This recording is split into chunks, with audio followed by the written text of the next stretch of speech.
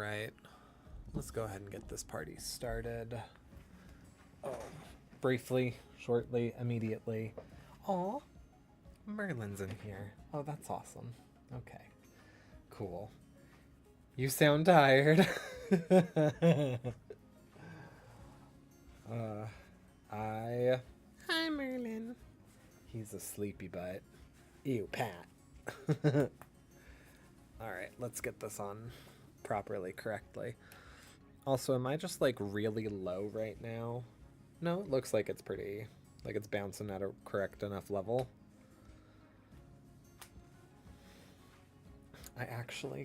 Do I have it on this one? I don't. I want to see if this will work if I do this. Except oh, I didn't even put it on here. Alright, never mind. We aren't going to try it right now. I wanted to test out my puppy cam, but I apparently didn't even put it on my stream deck yet, so whatever. I am going to go ahead.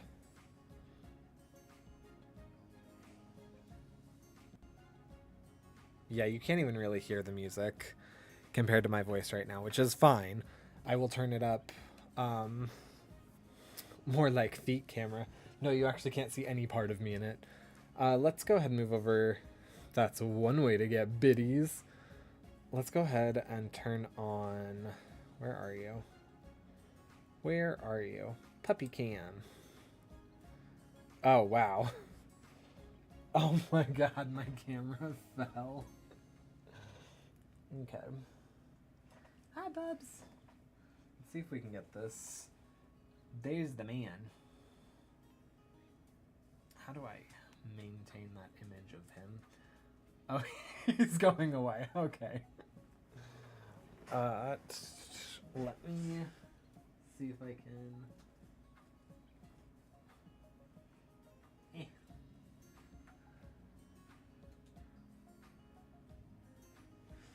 Riveting content, I know. Oh, he literally just moved like right off to the side. Like he didn't care at all about being seen on camera. He just is not in it for that today. Okay, that's fine, buddy. You don't have to be. Right way up, Merlin. Sideways, Merlin. Okay. Pat's playing a pre-alpha. Oh, yes. Thank you. Pat is playing a pre-alpha build of Daddy Dating Sim. Expect bugs and broken things. And also, go subscribe to him on YouTube. Yes, if you are watching this over on Twitch. Most of my content and stuff is over on YouTube. It is on, like, a weird hiatus aside from streams. Because I'm working on a separate project. And before I started working on that... I'm watching on Twitch. Before I started working on that, I was working on a book, and then that book ended up getting pulled, and yeah, then I was prepping for an audition for like a show, and yeah, just bunches and bunches of stuff. But yes, most of my directive is for my YouTube to grow. Although I appreciate any follows and whatever over on Twitch. But yes, so as Bob said, today we are doing another... We're probably only gonna get through about 2 more weeks. As Bob said, I sound tired. And I think I'm letting myself catch up from 2 weeks of like working double shifts and... prepping for this big audition that I totally bombed. Yeah, just all the things. So, I actually this week I'm doing a list every day of like, this is the frog that I need to swallow for the day. And then here are some other tasks that if I get them done, hooray. And then like, if I feel super motivated, I can get these other tasks done. But these are not important. This one thing is important. These are moderate importance. It sounds like a good way to do it. Yeah. I don't know. I'm always trying out different tools to see what will stick with me to make me more successful. And I noticed that typically when I go from like my lazy to crazy list, that's where I find the most success. And so this is like paring it down to like, what's one thing that will challenge me for the entire day? I have this plant. Sorry, this is a totally off topic thing. There's a plant that's growing in our front yard. And my window is almost exactly at the fence between my backyard and my front yard. And the wind has been insane lately, which I hate. But this little plant, I just keep seeing it like kind of waving at me and then going away, and then it'll wave again and then it'll go away. It's distracting, but kind of cute just to think like, oh, answer, move the window. Yes, let me just move the window like in The Sims. No, interestingly, fun fact, this is actually my mother-in-law's like childhood bedroom. Oh, Soka Bear, I want you to find another one of your dads to play with right now, because I'm doing things. Rotate the house 10 degrees. Nah. I don't think that'll help with the wind much. No. I actually just let Merlin out before we got started, like 20 minutes before we got started.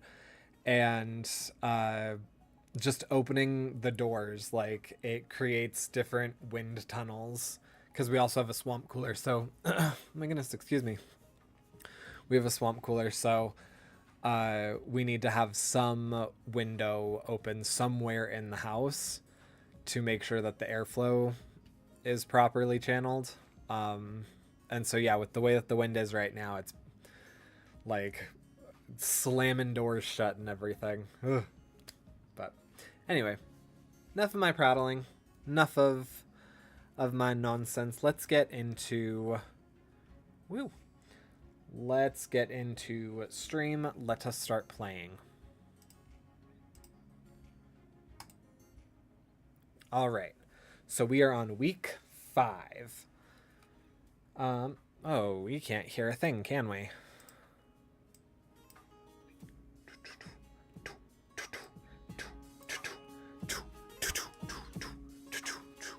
How does that music sound?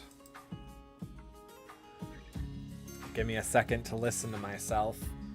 Also, let me move this down just a touch. Volume's good? Okay, perfect. Okay, yeah, no, I can hear it now. Awesome.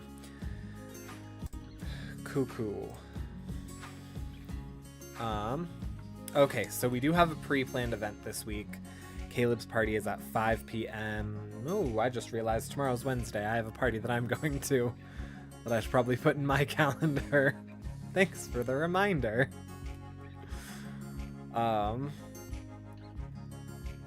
information. Gabe has Robbie from Monday through Tuesday. Once a week, we can go mingle at the bar, but no more. We can go on a date with Paul any evening.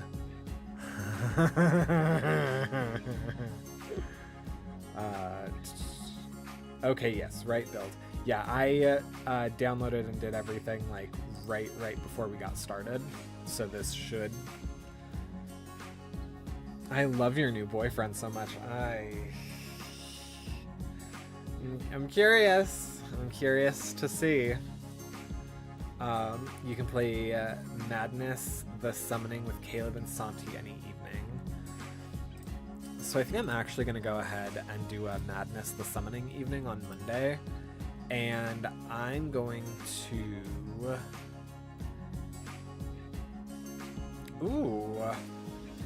play Sanctioned Hooky with Santi. It might be a little loud to... Oh my goodness, okay, yeah, now let's go ahead and move that down. Touch. Let me just make sure. Oh yeah, that was maybe a touch. I maybe overcorrected.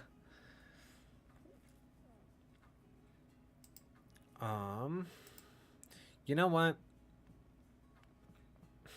I think on Wednesday I'm gonna play hooky and I'm gonna go to the gym. Cool. So this will change my social battery by 7, but I have 20. So I think we'll be good for a minute. Bar hangout. Yeah, I think a bar sounds good. A home relax night, that sounds good. There's part of me that wants, like, I want to figure out what Paul's deal is. All right, execute plan.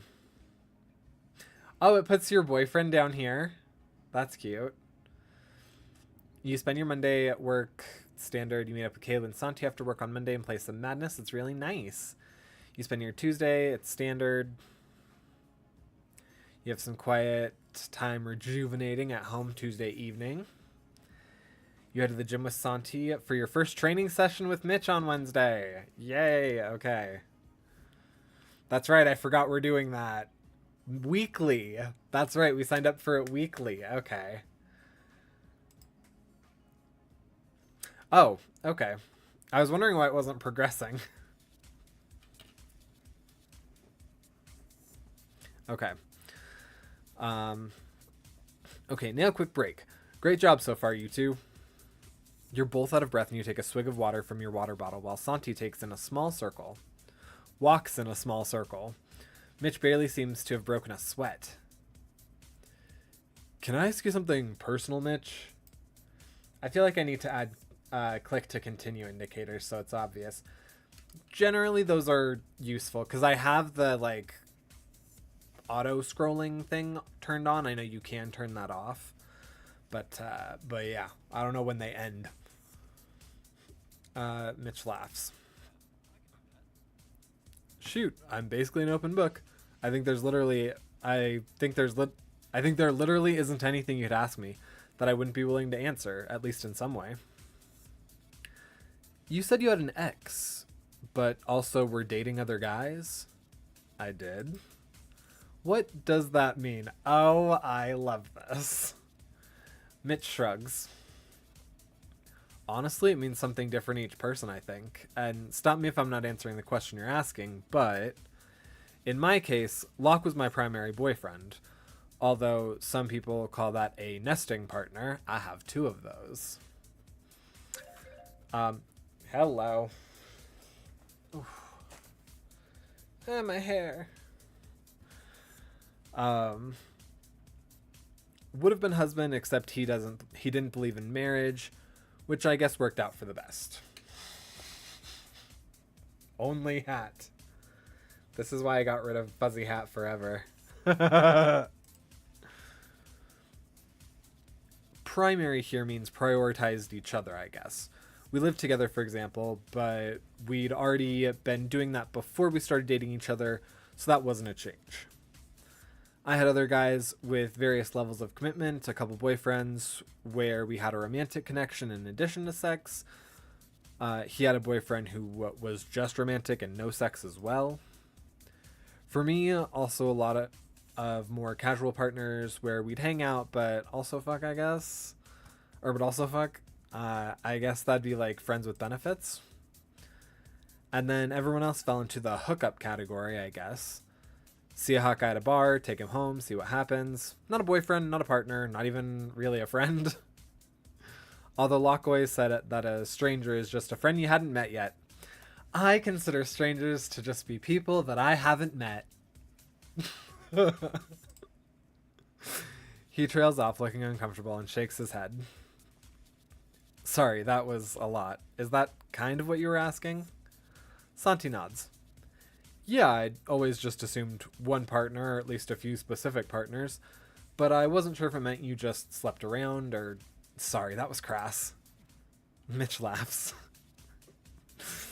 Not at all. I do sleep around, but also I like to have partners and boyfriends where I have a stronger connection. I like writing Mitch as super rambly because it fills in a lot of backstory super quickly. Fair. You are definitely building that this is his character. He shrugs. Honestly, I'm not exactly sure how to approach it here, where I don't really know anyone. I kind of miss having a boyfriend that I see more regularly. I miss the romance, I guess. Then you date, bro. Like, just throwing that out there. Then you date. And that's where that goes. I never really had to explicitly find romance before, at least not in over a decade. And it's been a long time since I felt alone like this, I guess is how I'd put it. I always had luck, and my boyfriends were friends that grew into something more.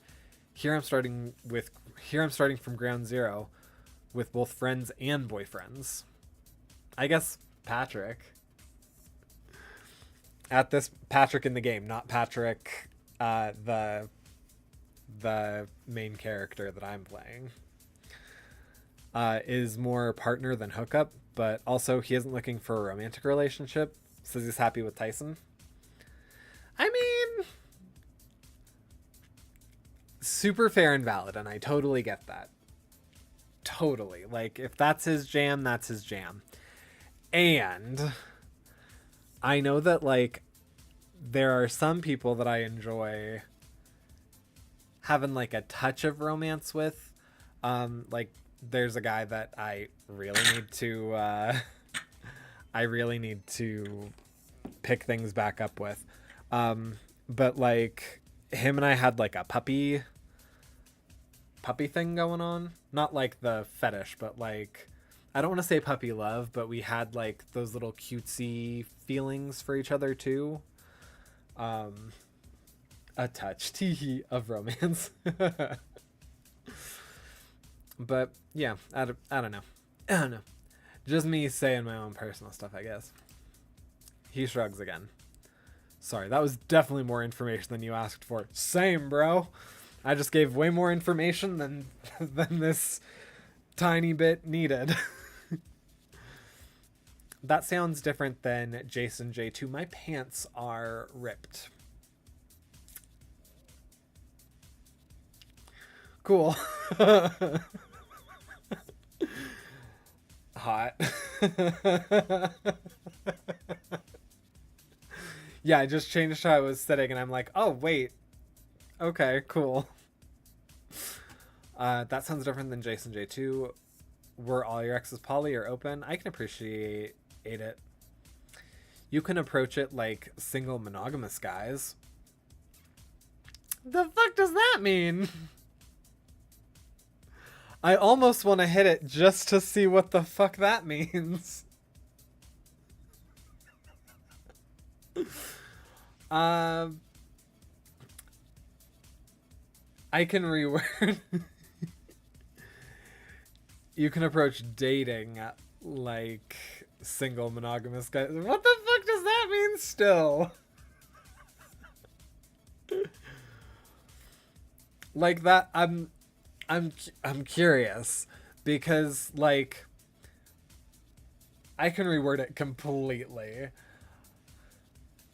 I'm just like, the thing that's breaking my brain with it is that, like, you can approach dating like anyone else who wants a boyfriend. Is that not what he's doing?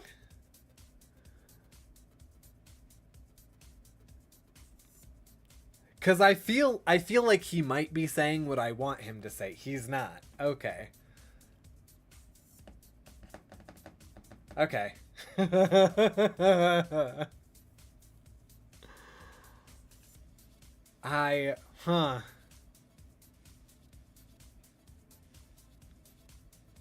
Yeah, I'm gonna need a total rewording of this because this sounds like, well, just try out monogamy again, bro. But yeah, cause to me, he's just saying that, like, he wants romance as well as boyfriends as well as friends. And, like, for myself, I have boyfriends, obviously, like my nesting partners, guys that I date, and friends. And that could definitely just be me, but I'm like, what? That is not the intent. That would be a hell of a judgy thing to say. Which I know you do also put some of that stuff in these upon occasion. Like, you have just a totally different perspective as one of the options. Not to specifically say judgy, but, you know. Although that would be an interesting option. Yeah, see? Like, I know you. I know your writing style would have something like that in it. So I don't know if you're trying to, like, create conflict with this. It sounds like you're not. And I think it's because I'm coming at it from, like, my experience with poly, where I'm like, yeah, no, I when I'm dating or when I'm, like, starting to date someone or going on a date with someone, I let them know kind of what to expect, but I don't lead with, like, they're not going to be an important person, or, you know, they're just going to fit into, like, a category. Like, I let the relationship build to whatever it's going to be, or die in whatever way it's going to die. Yeah. I'm going to add a judgy option. Reword this one first. I've given it so much crap, and that wasn't your intention. So I'm gonna pick it to see where this goes. He laughs. That's fair. Get a nap and find guys who want a relationship. No, don't do that! I mean, yes, you can do that. But, oh my god. Literally, the other night, I was on the Yellow app, and a guy messaged me and was like, what are you looking for on here? And I'm like, I'm open to just whatever. Like, chat and see where things go. And his profile was one of those that's like, he's looking for a relationship. And he straight up hopped to, like, I'm looking for someone that I can date that will end in marriage. Like, to me, I'm like, there's something inherently wrong with thinking, like, for it to end in marriage. Marriage isn't where a relationship ends. That is a large continuation.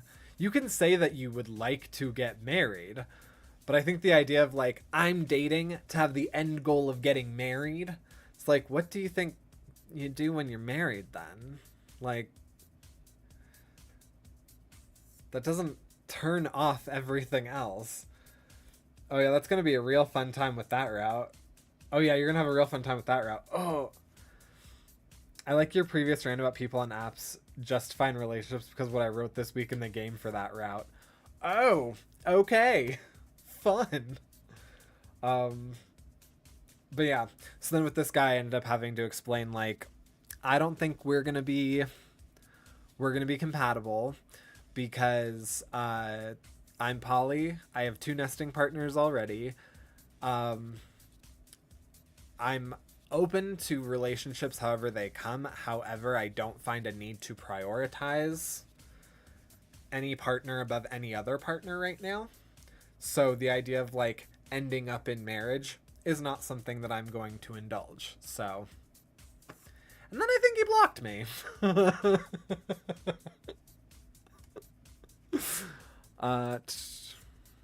Or go to a bar and look for romance instead of hookups. I mean, that's also an option. You're worried it's too much the instant. You're worried it's too much the instant the words are out of your mouth. But Mitch just laughs again. Fair, or that. Yeah, that was exactly where I went with that. I didn't start the fuzzy hat timer.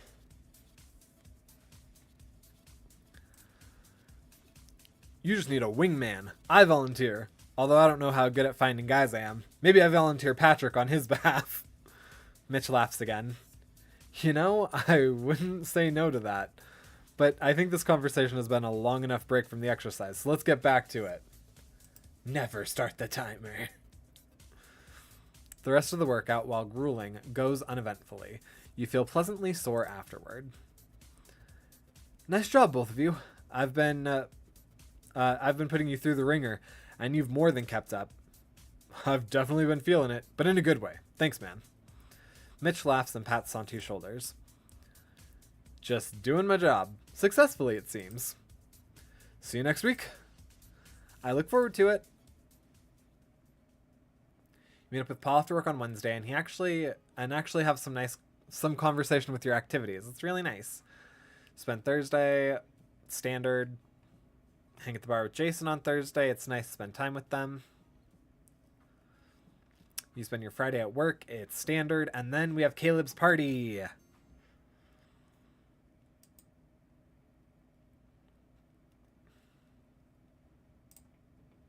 Friday.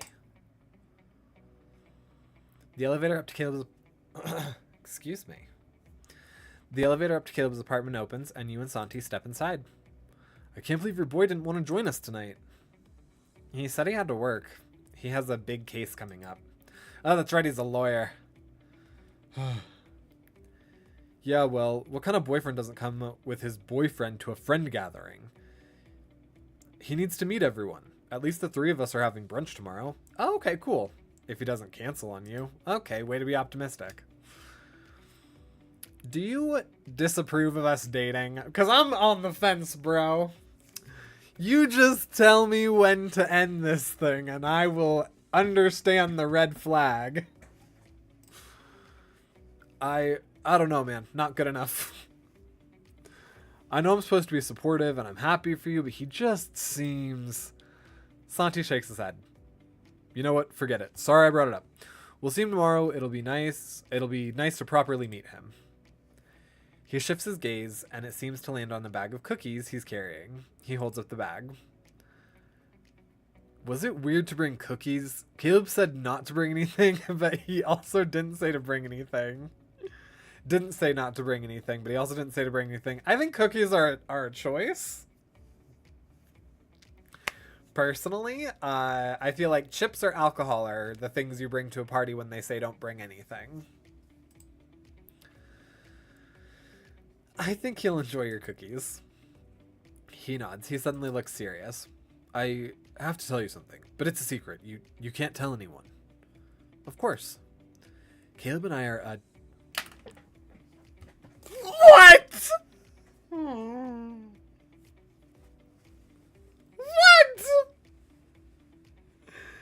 Caleb and I are dating isn't the right term because I don't think I'm ready for that yet, but we're seeing each other at least. When and how did this happen? That's so cool. Is it too soon for you to date? Neither of these are my response. No, I'm happy for him. Neither of these are my response, though. I'm not pragmatically caring.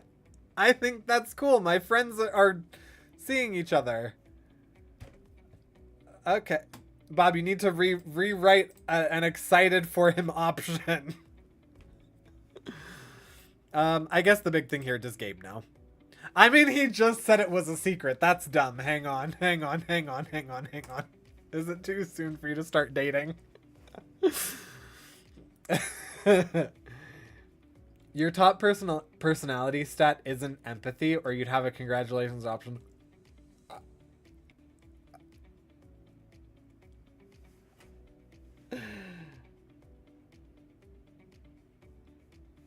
My top personality stat is bluntness.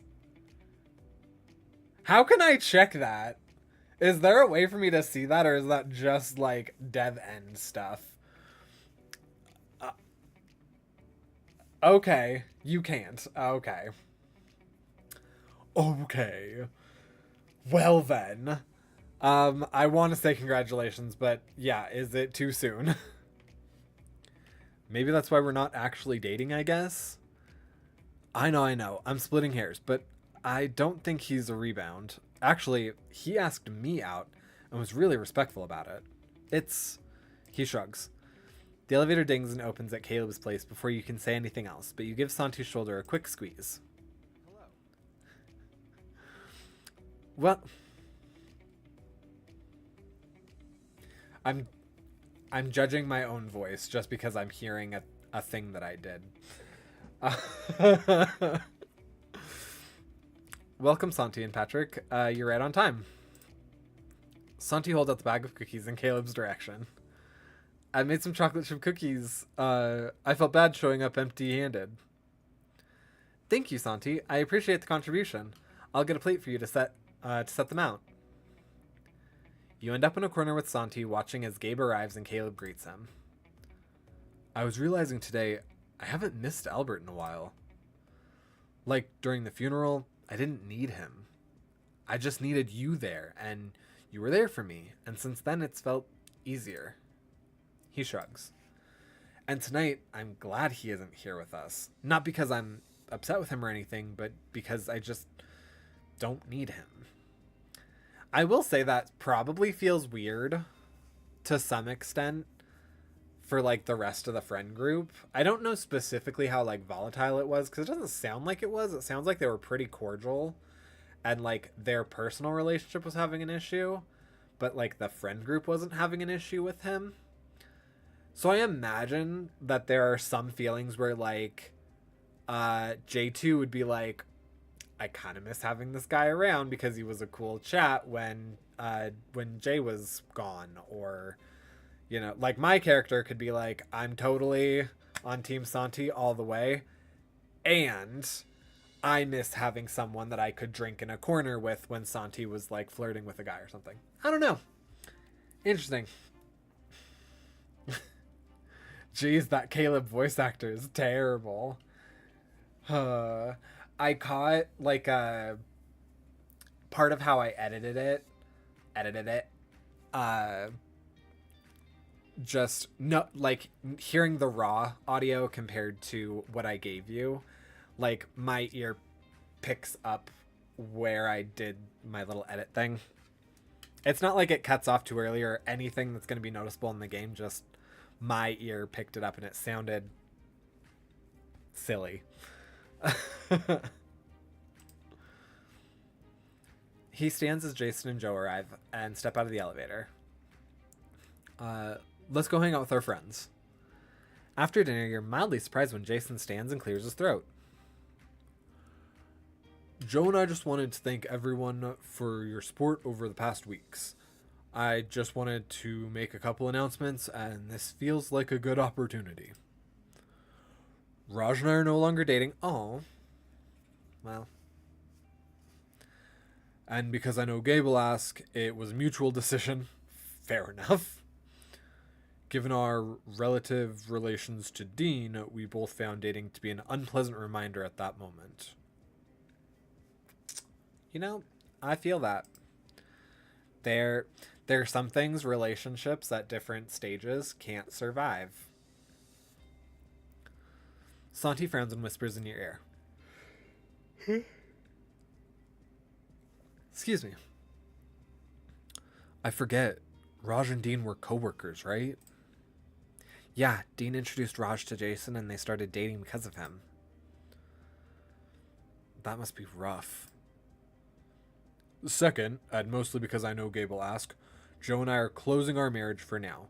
We decided it was best to focus on each other for the time being. Respect. Actually, oh my goodness, my entire face is betraying me. Actually, there was a period where we all did that too. Where we closed things, that way we could work on a couple of like internal affairs. And then reopened it when we felt more comfortable. That was it. Thank you for everything. Jason sits and you're only mildly surprised when Gabe stands. I also have an announcement and a question. He glances over at Jason, who seems to smile and nod at him.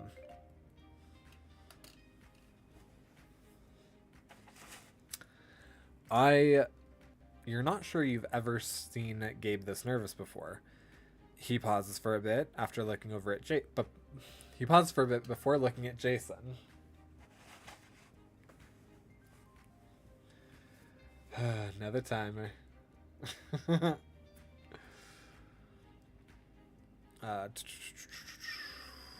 I'm also looking, because I have the activity feed underneath it. I gave you 21 minutes in the hat before. If Pat isn't so sweaty, it's like he's taken a shower. I've failed at hat duty. You're not sure you've ever seen Gabe this nervous before. He pauses for a bit before looking over at Jason. Gabe is bisexual. Gabe nods, looking like he wants to disapprove. Fuck, why am I so nervous about this? Coming out is not an easy task, Gabe. It's natural to be nervous. Congratulations, I'm honored to be your friend. Santi nods. What a formal response, sir. Obviously, this changes nothing, but congrats, man, and thank you for trusting us with that. Gabe takes a deep breath. I guess I have the question now? Gabe looks at Caleb and you're pretty sure you know it's coming. Oh, God! No! Don't do it! What an awkward way to do this. No!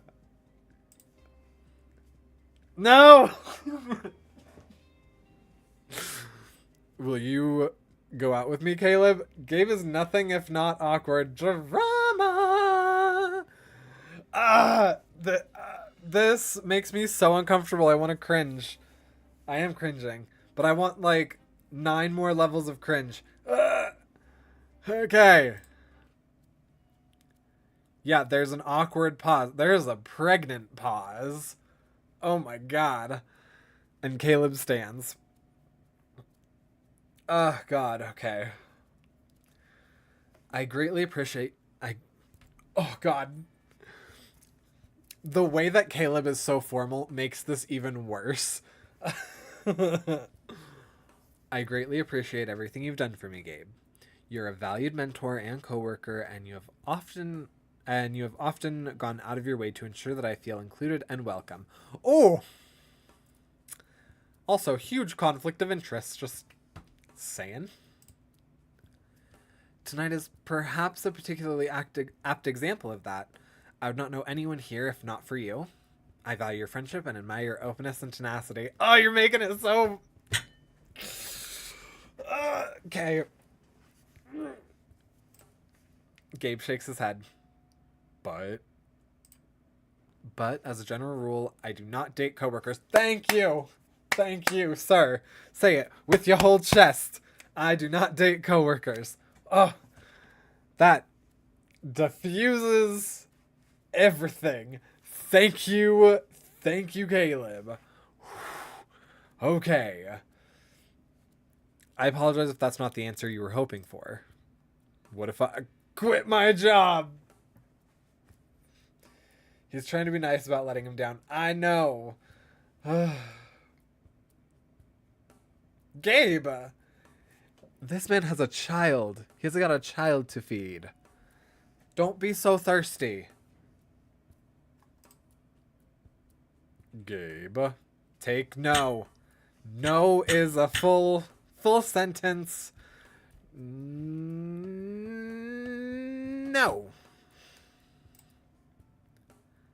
I'm not saying I'm going to, just theoretically if we weren't coworkers anymore. Gabriel. I understand the context now. Okay. You see Santi glance over at Caleb and nod, and Caleb clears his throat. Even if we weren't coworkers, it would still be a no because I'm currently already seeing someone. Gabe's eyes narrow. The fuck? And you never told me? Who? Jason grabs Gabe's arm. None of your business, bro. If he didn't tell you, there's a reason. Everyone here could turn chair on you and be like, why didn't you tell any of us you were bi? We all told you what we were working with. So, like, your respect level needs to alter itself, sir. Jason has to do that a lot. Preach! Preach! I think the two of us need to have a talk. It's me. You're honestly surprised. Okay, bro. Now I have problems with Santi. This entire interaction has made me have bad blood with every single person sitting at this table. That's not true. Just with specifically Gabe and Santi now.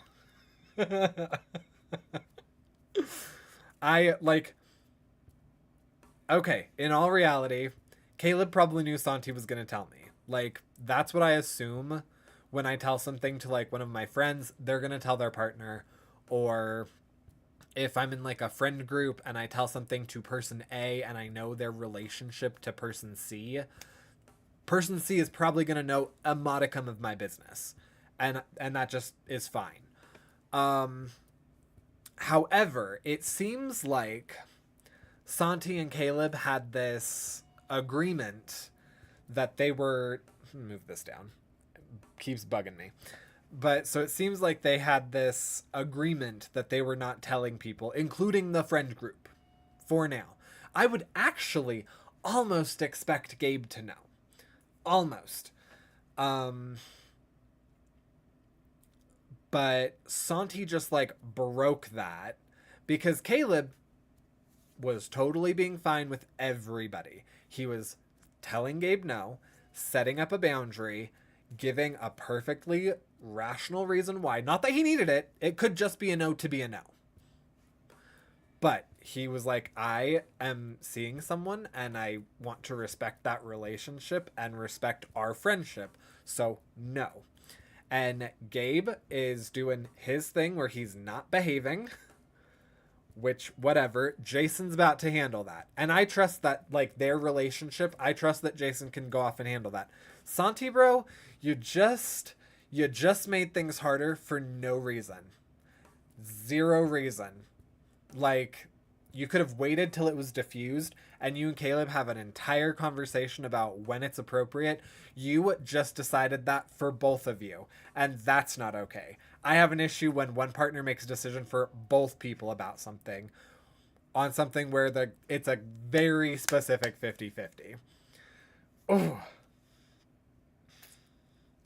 I will rework this part to make it less bad on Santi. Do you not want people to have my response? Because that, like, 100% in relationships, there are some decisions where one person gets 51% of the vote. Something like this, where you have an agreement, no. Because you're totally correct on this. I don't want people to have your response. Yeah, no. You totally got the audience turned against Gabe. Great, you did that flawlessly. And it's not irredeemable because we know that Jason is going to fix it. Santi, on the other hand, I'm mad at. I'm curious how the rest of the scene's going to play out, if it's going to save it. But him and I got beef now because he just disrespected the person he's dating in such a way in front of everyone.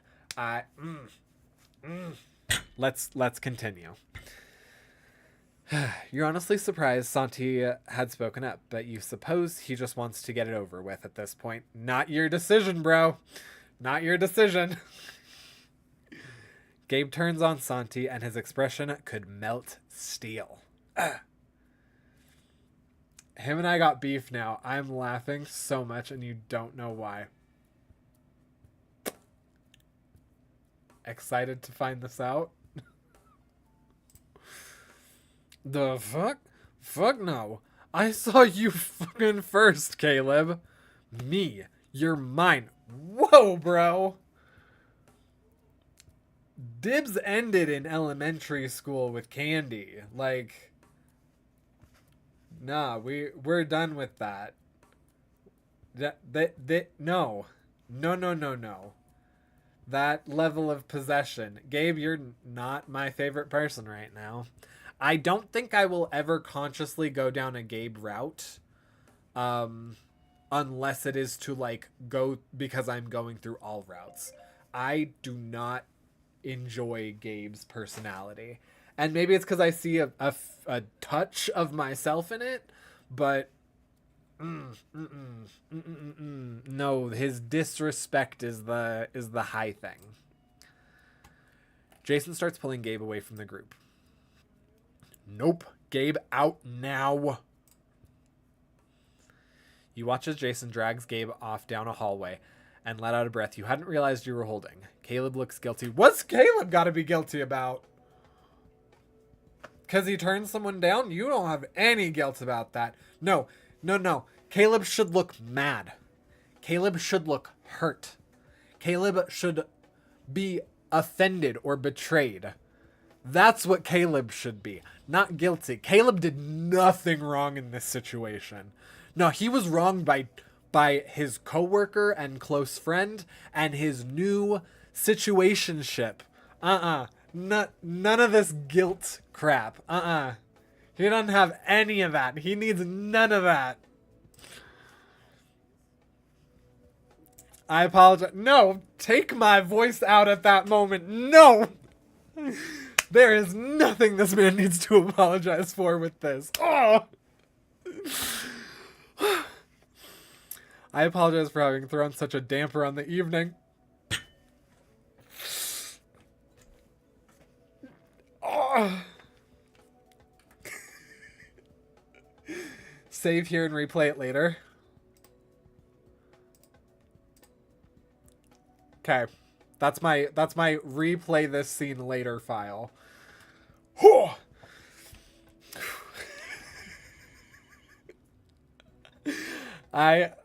I'm getting more heated than I need to. It's a game, and I know that. The disrespect being slapped when we are 2 days into playing.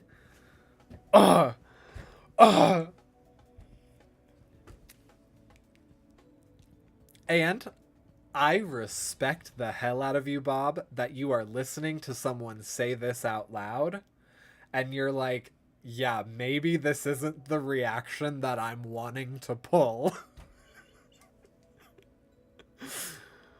Joe shakes his head. You have nothing to apologize for.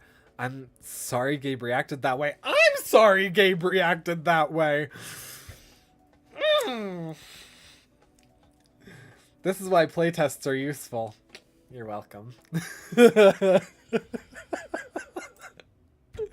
He shrugs. First crushes are the hardest, I guess. Also, congrats, Caleb and Santi. Yay! No one seems to know what to say for a bit until the sound of footsteps back down the hall grabs your attention. Still waiting for Santi in some way to chime in and redeem himself. Feel like I'm gonna have a long wait.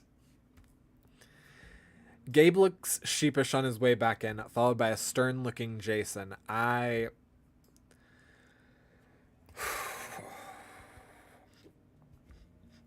Give myself a minute to be okay to forgive. Things were said. And I know that MC and everyone have had years of a relationship with this man. He's not going to. Didn't think so. I am a dick. Is this gonna end with am a dick? Because you are, bro. Apologize first, Gabe. Yeah, that's okay. Okay. Yep. Nope, I'm waiting for the I am a dick. Gabe sighs and rubs his forehead.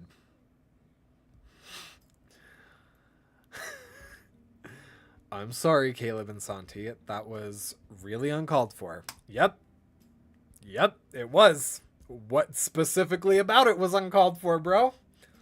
Tell me what you did wrong specifically in front of everyone. You made it weird for everyone. Continue.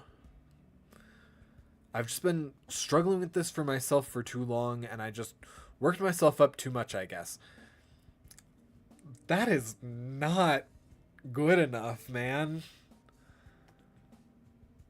Like, and okay, this is where your game testing the responses is very adequate, because I will fix the apology too. I mean, if this is his apology, this is his apology. That's what I was literally about to say, is that, like, for me, this is not speaking for the general public that's going to play this game, but for me, where you hit this with, like, my predominant trait is bluntness for the character. Me all the way. Like, if this were actually going on in my friend group, similar shit. Um I can be like, no, you're acting fucking crazy. And you need to not. You just need to not. Understand everything that you did wrong, take accountability for it, and make the active choices to do better. This is not doing it for me. Caleb nods. Bro. Apology accepted. I understand and I'm flattered. No, man. I hope you can also understand where I'm coming from. Caleb, you're a very understanding soul. Gabe nods, even though he looks reluctant to do so. Yeah, I hope we can still be friends. Caleb holds his arm open. I'd like that. Would you like a hug? They hug, although Gabe holds on a little longer than would be customary.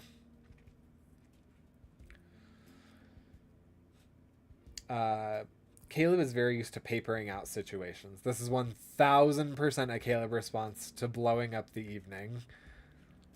It seems to track with his character.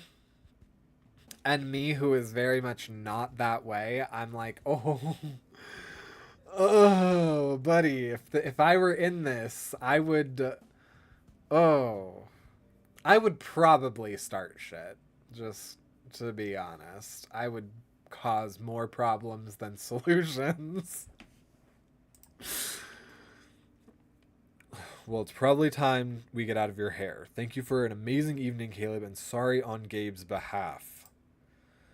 Gabe looks sheepish, staring at the floor. See you next time. Then, good night, everyone. Thank you for attending tonight. It's an uneventful drive home. Did we not carpool with Santi? Wait, like... It's an uneventful drive home. No, I am gabbing that entire way. I am talking to people on phone. I'm texting while talking on speakerphone and half driving during this drive. No. That's not an uneventful drive. No. You have trouble falling asleep that night. Every time you close your eyes, your thoughts drift to Paul and Santi's words. Tomorrow will go well. It has to go well. I don't think Saturday is going to go very well. Oh, look, it's Saturday. You're only mildly surprised when Paul shows up as promised at 11. Santi arrives only a few minutes later.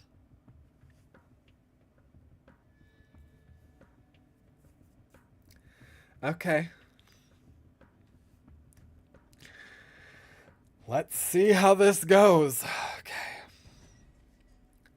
Nice to meet you, finally. Uncalled for. Paul nods, shaking his hand. You're Santi? You're mildly surprised that Paul remembers his name. I don't have a lot of positive opinions about Paul, both as the player and apparently as MC. You think you probably said it to him once, but Santi grins. I am. Paul, but you already knew that? I did, but again, nice to meet you. Santi looks around. So, Paul, why don't we go out somewhere? Are you on a budget? No judgment. Bro, I told you he's a lawyer. Santi. Santi shrugs, but relents. Never mind, let's eat. Brunch is somewhat tense, and Santi seems largely unwilling to warm up to Paul as the meal wears on. I'm sure that would be different if I let him speak. However, that is a rude, that's a rude question to ask. I don't care if you say that there's no judgment. It's rude. Santi leaves shortly afterwards with few additional words to you, and you're not sure you like the feeling you get from it. Paul stares at you expectantly. Are you up for some bedroom activities? Eyebrows, eyebrows, eyebrows. For some reason, you're not really up for that at the moment, and you shake your head. What do you mean for some reason? No. There's reason. There's reason. You just had an awkward brunch. You just had an awkward brunch, bro. Your best friend clearly had opinions about your boyfriend. No. When you do this in reverse. Like, you, A, don't eat at home. That was a weird choice. B, you go out and then you, like, leave. If you stay with your boyfriend, partner, whatever, it's for, like, a little bit. That way you can instantly turn around and, like, be chit-chatting. Or at least, like, you're texting. Texting with your best friend to be like, so what'd you think? Unfiltered opinions. What's going on? I noticed that your eye was a little tilty. What's up? I'll see you tomorrow. Paul shrugs. Sure, I'll text you. He grabs you, kisses you forcefully, before disappearing out the front door without another word. You sigh, sitting down on the couch and texting Santi. Okay, this is what I'm saying. Okay, we're on track here. Was a little awkward to get there, but we're on track here. Thanks for looking out for me today. Santi must have been waiting for you to message, because that's the correct thing to do. This is how this goes. Santi must have been waiting for you to message because he responds immediately. He leave already? Yeah. I just needed time to think after that morning. Look, you know I love you, Patrick. I care about what's best for you. I know. I just have a bad feeling about Paul. He's been shitty to you in the past. He still knows nothing about you. Isn't that the point of dating, though? Yes. However, we have now been seeing each other for maybe like 2-ish months, give or take. Like, not officially, but in some context. You should know a little bit about the person that you're seeing. Like, just saying. To get to know someone? Sure, fair. I just don't like the history you two have. I'm worried he's going to break your heart. And you know what? That's valid. You can't always hold someone against you can't always hold the past against someone. And if you need time to rebuild, then that is totally fine. And I'm not getting great feelings from Paul either. You're not sure how to respond to that. Thanks. You know I'm always here for you, right? Yeah. Thanks. Santi must not know what to say either because no further messages come. After a bit, you put your phone away and finish cleaning up the table from the meal. I guess I should do something with my afternoon. Hit the gym, head to the park, clean your apartment, spend the afternoon at home.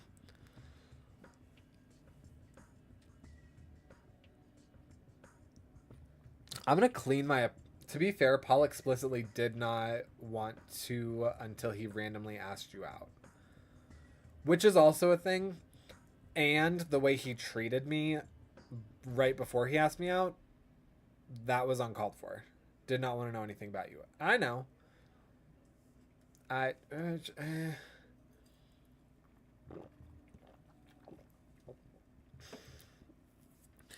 real... my goodness. I'm really trying to give Paul, like, benefit of the doubt-ish. That something about him is going to be redeemed. And I'm definitely holding his behaviors against him. I'm going to clean my apartment because the last time I didn't do this, I actually missed out on doing something that I would have wanted to do. You will probably find out tonight. Okay. You're a week away from a thing. You spend the afternoon cleaning and doing meal prep for the week. Before you know it, it's time for dinner. You're getting ready for bed when your phone dings with a message. I made too many tamales. Want some? I'll never turn down tamales. Was just in a cooking mood today, I guess. Caleb and I were supposed to go on a date today, but something came up for him, so I spent some time cooking instead. Sounds productive and tasty. I bet Caleb would like them. I'll bring some by tomorrow. Yeah, some are for him too, of course. Don't worry, there's way too many, even if I give some to both of you. Don't hate me, but I was still feeling weird about Paul today. Your heart drops. What did you do? Bro. You said that he'd said he and Mitch weren't on good terms. I thought it might be useful to get Mitch's opinion on him.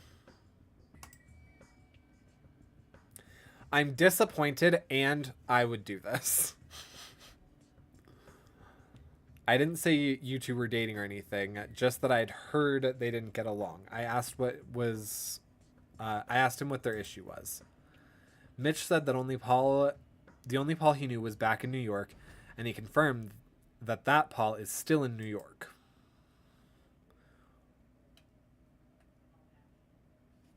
What? What? Is Paul catfishing? Like, obviously we know him and we see him, but do I not know his real name? Or... Okay. You feel a chill run down your spine. Santi doesn't seem to know what else to say either because no further texts arrive. I'll ask him about it. Do you want me to be there with you? No. I don't need that. Maybe do it in a public place then, like Marco's. Santi. I don't think he's gonna kill me. But just, like, that's weird. And people do that. Like, people go and meet under, like, a different persona. I actually today was listening to a story about someone who crashed their ex's wedding. Like, they were a +1. So they dated a guy for, like, 2 weeks, if that. She started acting crazy, and the guy got a restraining order against her. And then she catfished one of his friends as, like, actually several of his friends as totally different personas. And one of them invited her as the +1 to his wedding. And it was freaking crazy. Oh, I read this on Reddit. It was a trip. Yeah. Yeah. Yeah. Yeah. Why are people weird? Santi. Look, I'm worried about you, okay? He doesn't seem like the kind of person who'd do anything stupid, but he's also clearly lying about his name, and who knows what else. There could be a reason why he has changed his name from whatever to Paul. I will say that. I'm giving him some kind of benefit of a doubt, in spite of the fact that Bob is very clearly kind of given me the eye that there's some shenaniganery going on here. But it's not impossible that someone just decided to change their name when they moved or started a different job or whatever. It would have been more pertinent for Santi to ask, like, oh, is he a lawyer? Yada yada. Give, like, a couple other details to where Mitch could be like, oh, you mean Ryan? Like, I just don't know what to think. I wasn't expecting Mitch to not entirely know him, you know? Maybe Mitch is misremembering. Or yeah, that too. Maybe his name is Paul, but when he met Mitch, he was going by Alex for whatever reason. Patrick, I mean, even this, like, this is a new thing. I have had people address me this way recently because it's an online persona, and that's how some people know me. So some people literally type Patrick whenever they're addressing me. Or I've had a lot of people start calling me Patch instead of Pat or Patrick. Now you're really stretching. I'll sleep on it. No, I'm totally on your side, bro. I want to figure out why he's saying that he doesn't get along with this gentleman who says that he doesn't know him. Like, regardless of the justification, that seems a little weird. Patchy. Oh, you mean my face? You mean my beard? Let me know if there's anything I can do for you. Thanks, Santi. Good night. You put your phone away, feeling increasingly uneasy about Paul. You don't sleep well that night. I'm not going to go crazy, though. And I'm sure that there's options to go a little bit crazy or a little bit weird, but I'm not going to go crazy about it. Because, yes, it's weird, but I don't think he's doing anything malicious to me. I think he's going through stuff that he's not telling me about, that if he continues to not tell me about it, I'm not interested. Like, you got to open up at some point. If, in fact, he does end up coming out with some stuff about it, I might be more willing to be like, okay, I will see you through whatever weirdness is going on right now. Understanding that we've only been dating for like a week. Sunday. You wake up at your usual time on Sunday and pull together a simple breakfast for yourself. A knock at the door pulls you out of your thoughts. To your surprise, my great surprise, I was expecting to see Santi's face. Okay. To your surprise, Paul's standing there holding a bouquet of flowers. He looks almost sheepish as he holds them out towards you. Does Paul maybe have some sort of thing with his brain that he needs like a lot of medication for, and he needs some medication for that he might need like a lot of, and on certain days he takes like none of? Am I in the ballpark here? Because this is... Oh, that would have been a good plot. Because this... And there are just some people like this where, like, it's hot and cold all the time.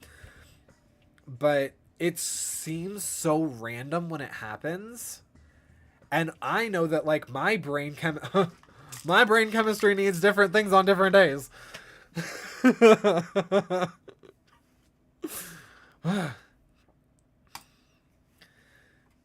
Can I come in? You step aside, shutting the door behind him. Then his mouth is on yours. Bruh. Alright, well.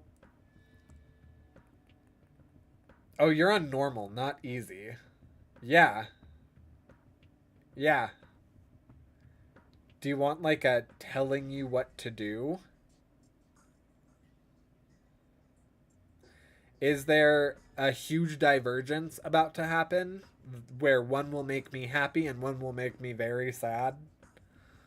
Because if it's like, I'm going to be upset no matter what I pick, then no. If it's, I'm going to be happy no matter what I pick, then no. If there's one where it's like, Patrick will not enjoy the rest of this playthrough if he goes down this route, there's a huge divergence tomorrow. One will leave you very unsatisfied. I'm going to tell you when I think I've gotten to it. And you tell me if I'm right. Because also part of this isn't make Patrick happy. It's test out the game. And if there's something that's like horribly broken along a different path, I also want to test that out for you. You step aside, shutting the door behind him. Then his mouth is on yours and the bouquet is on the floor. And the two of you make your way to the bedroom. He pulls you close afterwards, pulling your face into his armpit. The hair tickles your nose, and he smells musky and distinctly manly. The scent and sensations definitely have an effect on you. That okay? It vaguely occurs to you that it's the first time he's checked on your comfort, and you nod a little too enthusiastically. He chuckles.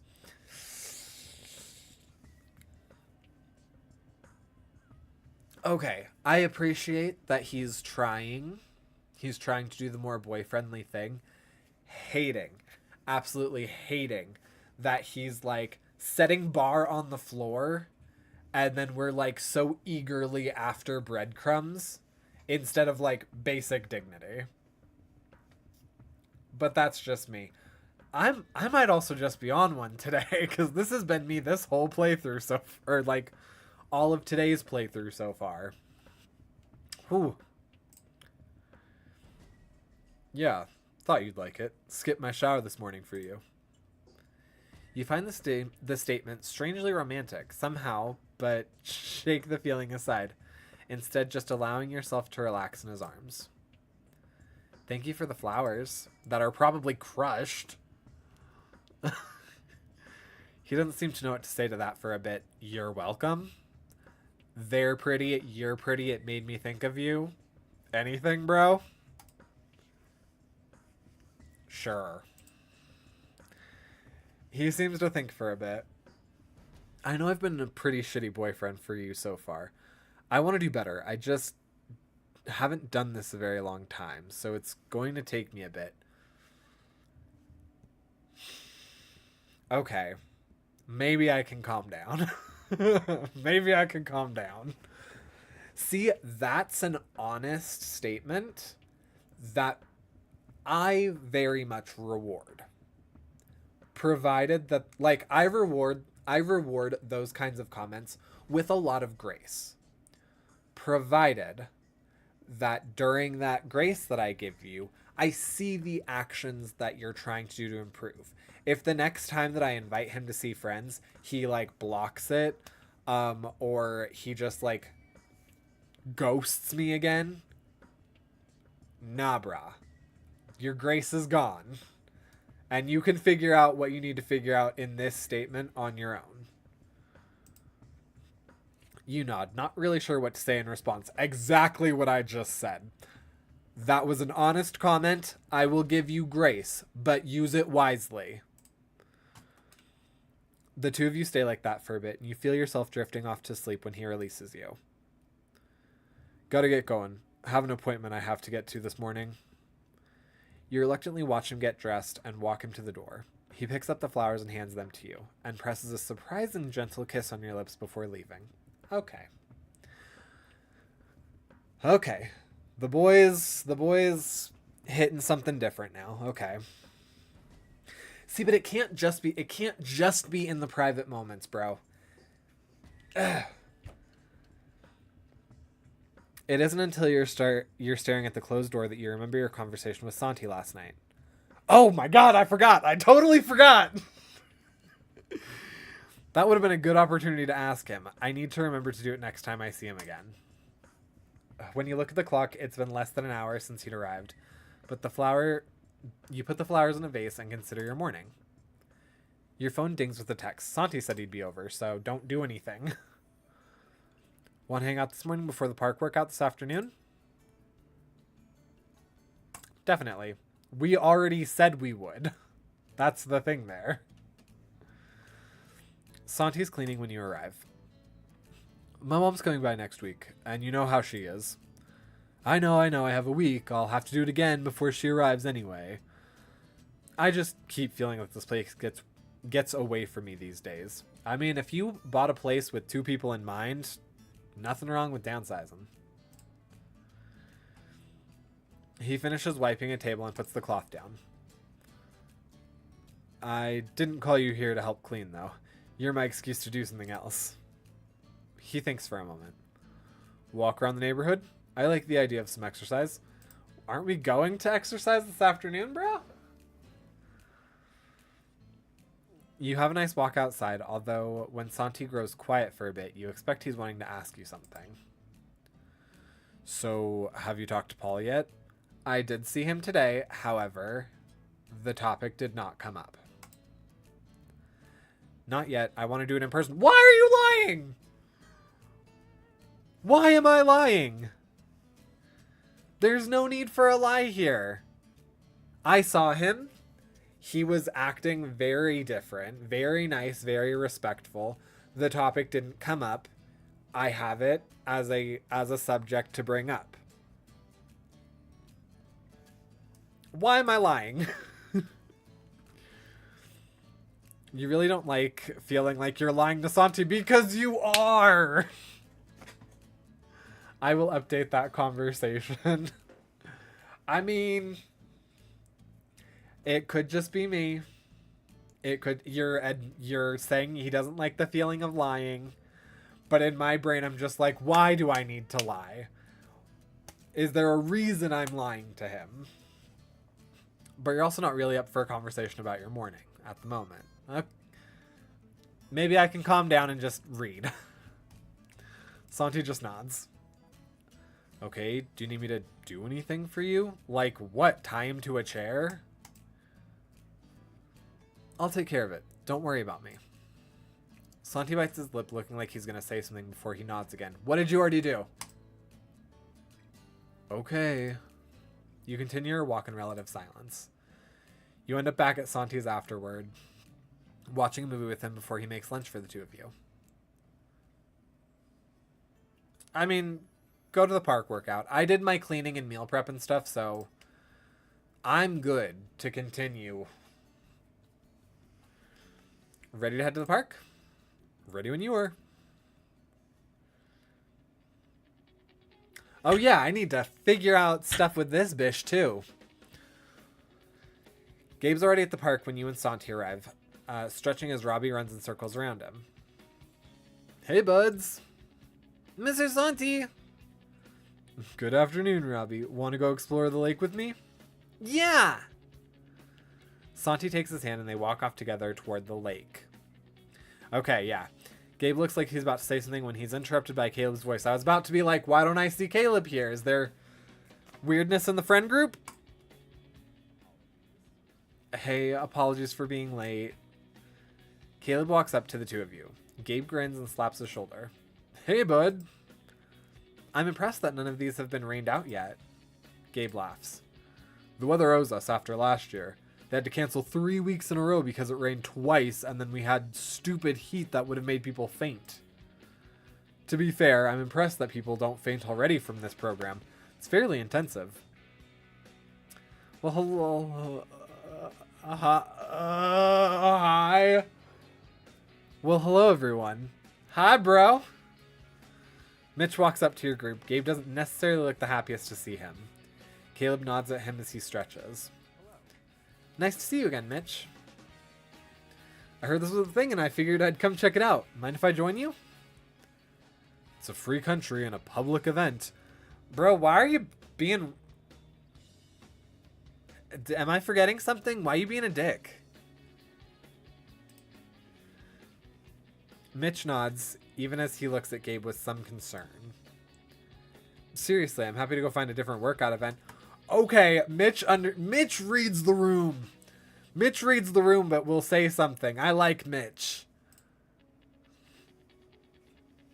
Gabe, what's your problem?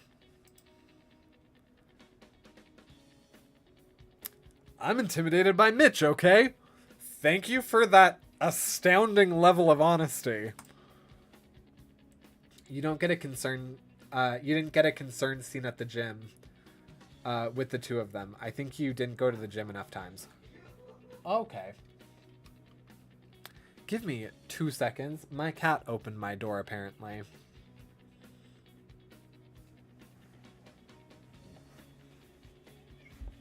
Hi, Drake.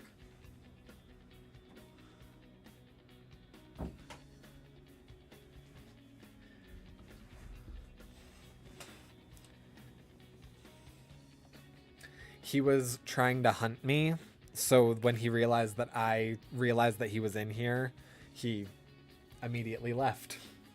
Draco! Okay, cool. So, there is something I was missing just by how I was playing. Okay. He stands there afterwards, wide-eyed as if he can't believe he just said that. Caleb and Mitch both stare at him until Mitch bursts out laughing. I'm sorry, what? Gabe, you seem like the most unflappable person ever. Why would I intimidate you? I thought you were upset at me because of what happened at the gym. What happened at the gym? Gabe shakes his head. No, your advice was good. I was just intimidated. Then too. Well, then I hope I can help show you that whatever you're afraid of, you don't have to be. I'm an open book. You can ask me literally anything. Gabe just nods, but seems a little more comfortable now as he starts stretching next to Caleb. The workout itself is intensive, as expected, and even Mitch breaks a sweat. Well, it seems everything I heard about this is true. I wonder if I should start recommending this to my clients who want an intensive cardio program. The more the merrier. Do you want to go get some coffee and chat, Gabe? I'm still hung up on the being intimidated part and would like to get to know you as well.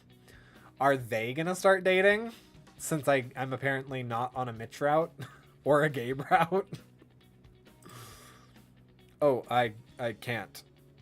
Okay, never mind. I thought that would have been cute. Maybe. Apparently not. Daddy! Oh, I totally forgot Robbie was here. Robbie comes running up to your group with Santi close behind. He stops in front of Mitch, looking at him suspiciously. Hey, little buddy. My name is Mitch. Your hair weird. Thank you. That's not very nice, bud. Mitch just laughs. It is weird, isn't it? I stopped cutting it recently and then decided I should wear it up. Daddy, I want weird hair.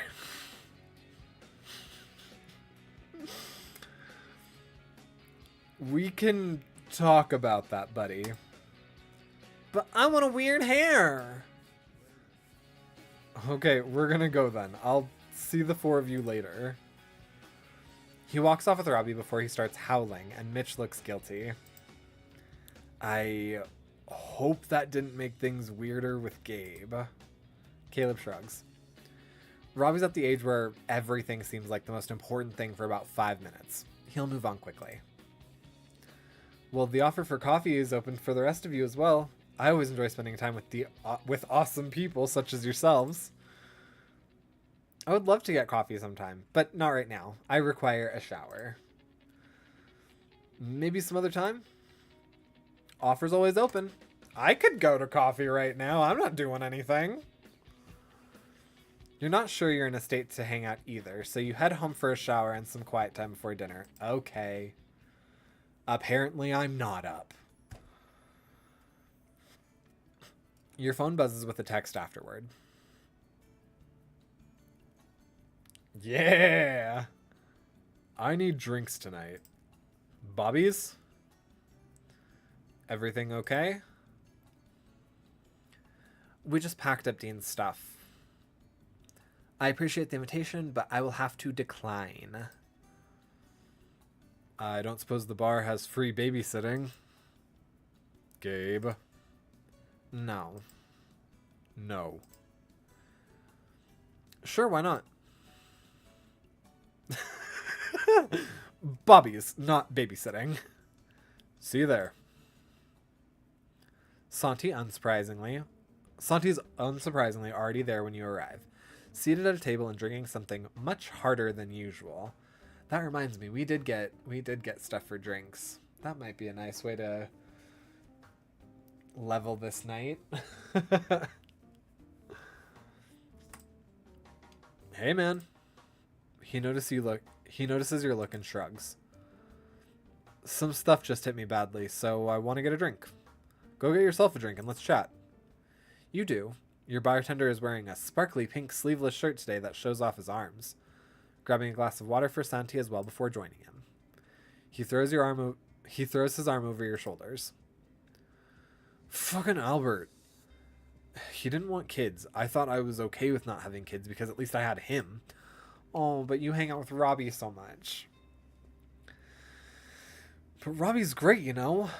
I don't want older kids like Jason J2 got. I want a baby. I want to teach him shit about the world.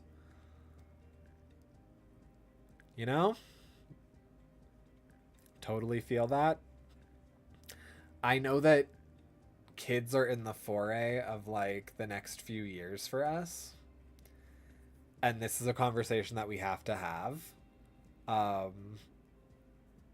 And I've heard some compelling arguments about like, yeah, get a baby, get a baby, get a baby. I've heard other arguments about like, get an older kid and why not to get a baby and why not to get an older kid. And I get like trauma responses to the not wanting an older kid thing because so many people equate it to like having a rescue animal, which is terrible. And being adopted, like I've had my parents, like, they've talked about adopting me, and it always felt like it was like a rescued animal story.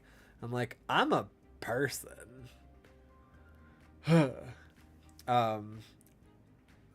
They need families too. Older kids have a harder time getting adopted. Yeah, they do.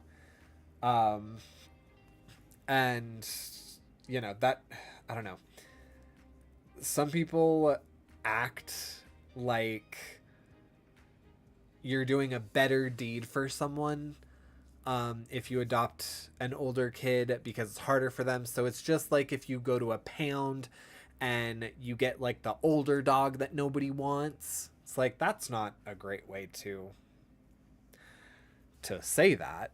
But I did hear this like really compelling argument this week from someone who was like, if we were to get kids, I would want to adopt an older kid because I feel like I have more wisdom to imbue on someone that already knows struggle, as opposed to the life I would give an infant as I raise them.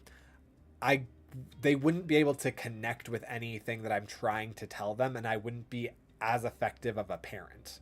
I'm like, that makes sense. Know the audience, I guess, that you're trying to reach. Know the kind of parent that you can be. But I digress. This isn't even opening up that conversation. It just hit me this week, thinking about that stuff. Have you talked to Caleb about that? Santi laughs. I don't think they're at a place to start talking about that. We're not officially dating or whatever. Also, that seems like a hell of a topic to broach once we do have a first date or whatever. Besides, the time for that has long passed. Disagree.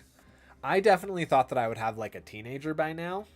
Or maybe not a teenager, but I would have like a child going into maybe middle school by now. And no. I guess not.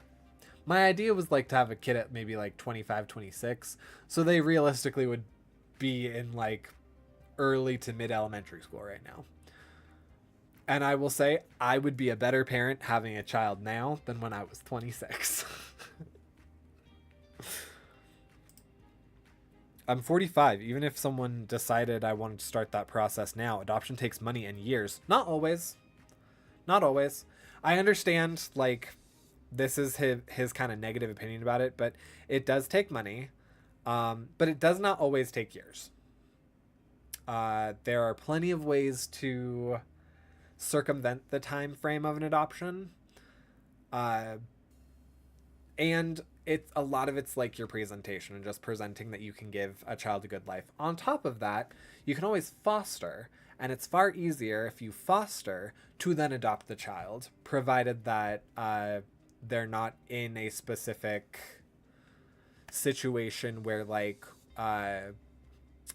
keeping the family together is an option. But once again, this isn't about that. Just me and my human service degree. Surrogacy takes even more money in years. I mean, surrogacy can be like, especially because you're a male, you're not wanting to use your own egg. That can be pretty quick, but it does cost more money. It does cost more money to do that. This is all useful to know. Oh yeah, no. If you like want to adopt and you are at an emotional place where you have bountiful love to give, start fostering. And on top of the fact that you will like be able to give more love to more people, your chance of adopting a child that is in the foster system, depending on their circumstance, it's higher and much faster. So I could have a kid, when I'm 47, 48? You're not out of the house. They're not out of the house until I'm over 65. And you're going to be 47 or 48 anyway. You're going to be 65 anyway. Would you rather do it not, like, knowing that you wanted to have a child and not doing it because you felt weird about your age? They're just a thing to think about. Fucking Albert. He gulps down the rest of his drink and takes the water you offer him. Hey, sorry we're late.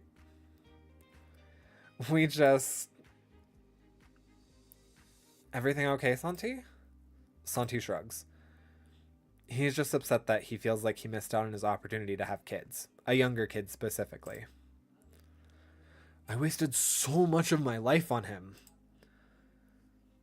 Hey, you didn't... I need another drink. Okay. Well then.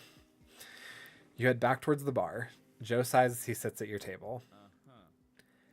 This just hit him now? You nod. I'll get us some drinks, hon. You and Joe watch him follow Santi. Joe sighs again. Joe and I don't have enough, like, one-on-one conversations. I don't get enough of a relationship with Joe. So I'm curious to see how we interact. Sorry, I don't think I have the mental capacity right now to give Santi's concern the attention they deserve. That's understandable. No, totally. Like, when my friends want to talk about, like, kids or something, I'm like, oh, that's something that requires focus. It just was another reminder that he's gone, you know?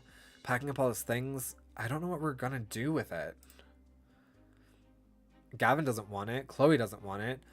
I just want it out of the closet so I don't have to keep looking at it. But this feels worse. Pack it.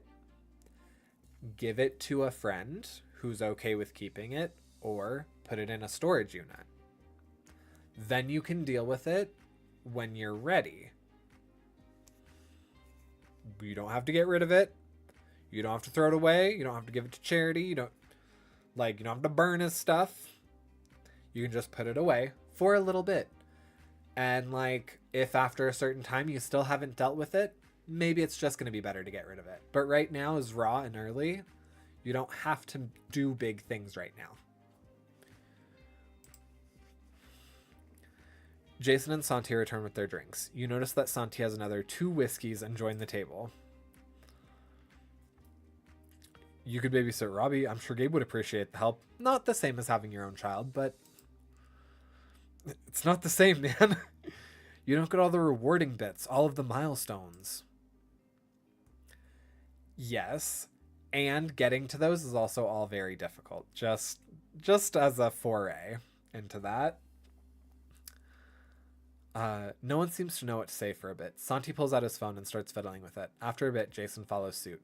Oh god, I hate when this devolves into, like, friend hangouts where everyone just, like, leaves the party without leaving the party. So, Patrick, how's Paul doing? You start to answer, but Jason shows Joe something on his phone, and Joe raises an eyebrow at it. Oh god, are we about to see Patrick? Because I can tell, like, I heard the music shift. Are we about to see Patrick? Santi looks over at them. What's up? Jason shrugs and takes another sip of his beer.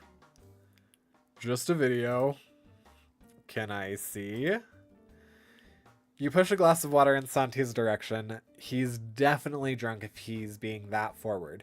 And Jason seems to hesitate before handing the phone over. From your angle, you can see that it's open to a page on social media playing an explicit video. Santi grins. It's gonna be Patrick.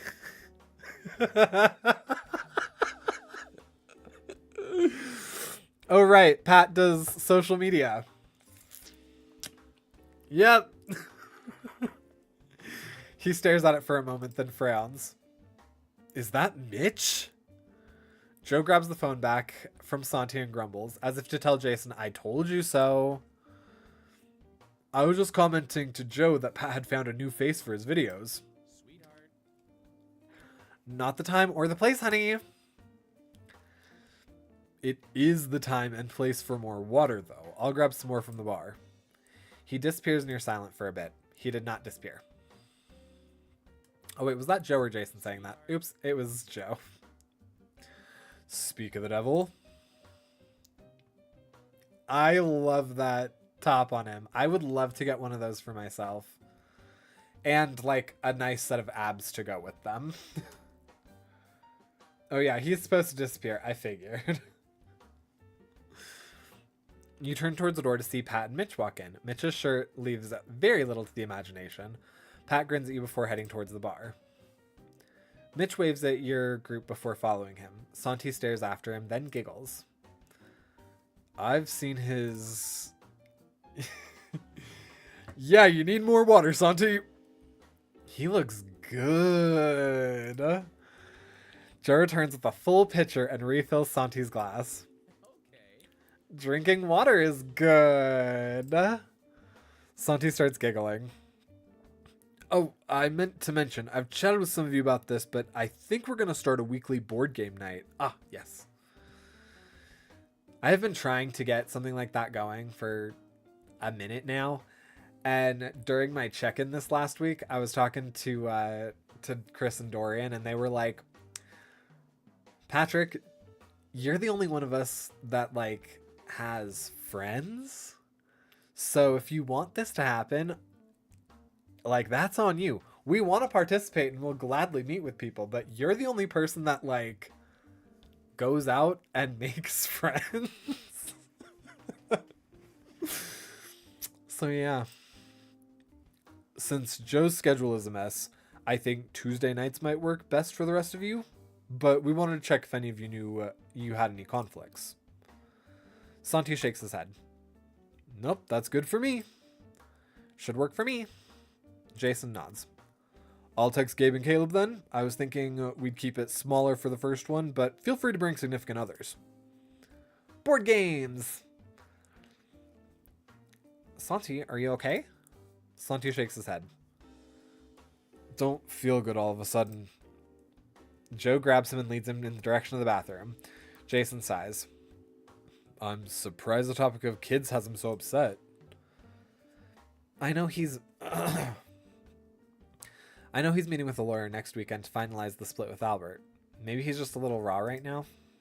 Ah, that makes sense. I'll walk him home and spend the night there tonight. Well, I'd appreciate that. Or we'd all appreciate that. After getting Santi home and situated in bed, you take his couch to sleep. You sleep surprisingly well. I mean, you just had a couple of drinks. So, you know. Okay.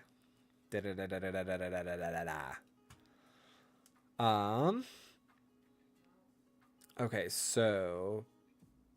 Paul Day... Board games. Okay, Tuesday board games. Cool. Is that alterable? Not really. I could either be by myself.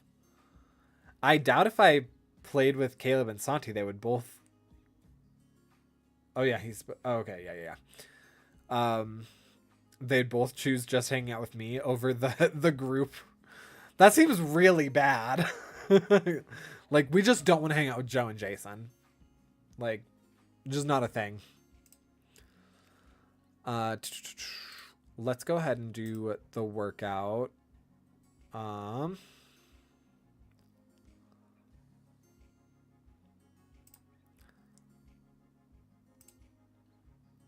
I think I need to refill some of my social battery just because I feel like 10 is a risky place to go to. I still have enough PT right now. I can't take a day off next week, but the following week I can. You should attend the inaugural board game night Tuesday evening. Oh, so I couldn't change that even if I tried. Other notes, you can go to the gym anytime. You can hang out with Santi any evening or take PTO with him any day. You can play Madness Summoning with Caleb and Santi any evening. I think I'm okay with this. Go mingle at the bar in the evening. Go on a date with Paul in the evening. You can attend Jason and Joe's. Okay. You spend Monday, standard. You have some quiet time Monday evening, rejuvenating. Spend Tuesday, it's standard. Board game night. You're one of the last to arrive, and everyone seems surprisingly somber when you walk in the door. You're scared to ask what happened. Hey, Patrick. I must be cursed or something. Every time we host an event, what happened? Jason's mom just had a recurrence of her cancer. We got the news this afternoon. What the hell? All right. It happens when stuff like this happens. When it rains, it pours. We got you, bro. We're going to do this. We're going to get through it together. All of us. It's good. I'm sorry to hear. Is it serious? They're going to try chemo, but the doctors weren't hopeful. But she's 78, so she's had a good long life. Okay. Jason shakes his head. There's nothing any of us can do about that situation, so we're going to have fun tonight, damn it. Yes. Charades. I do love me some charades. I think Gabe should go first.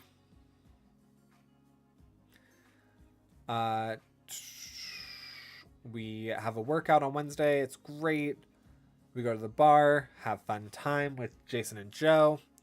Spend Thursday at work, standard.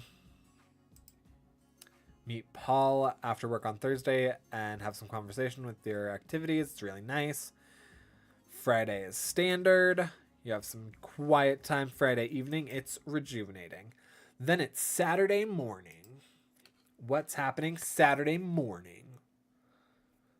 This doesn't look like a morning unless it's like hella early in the morning.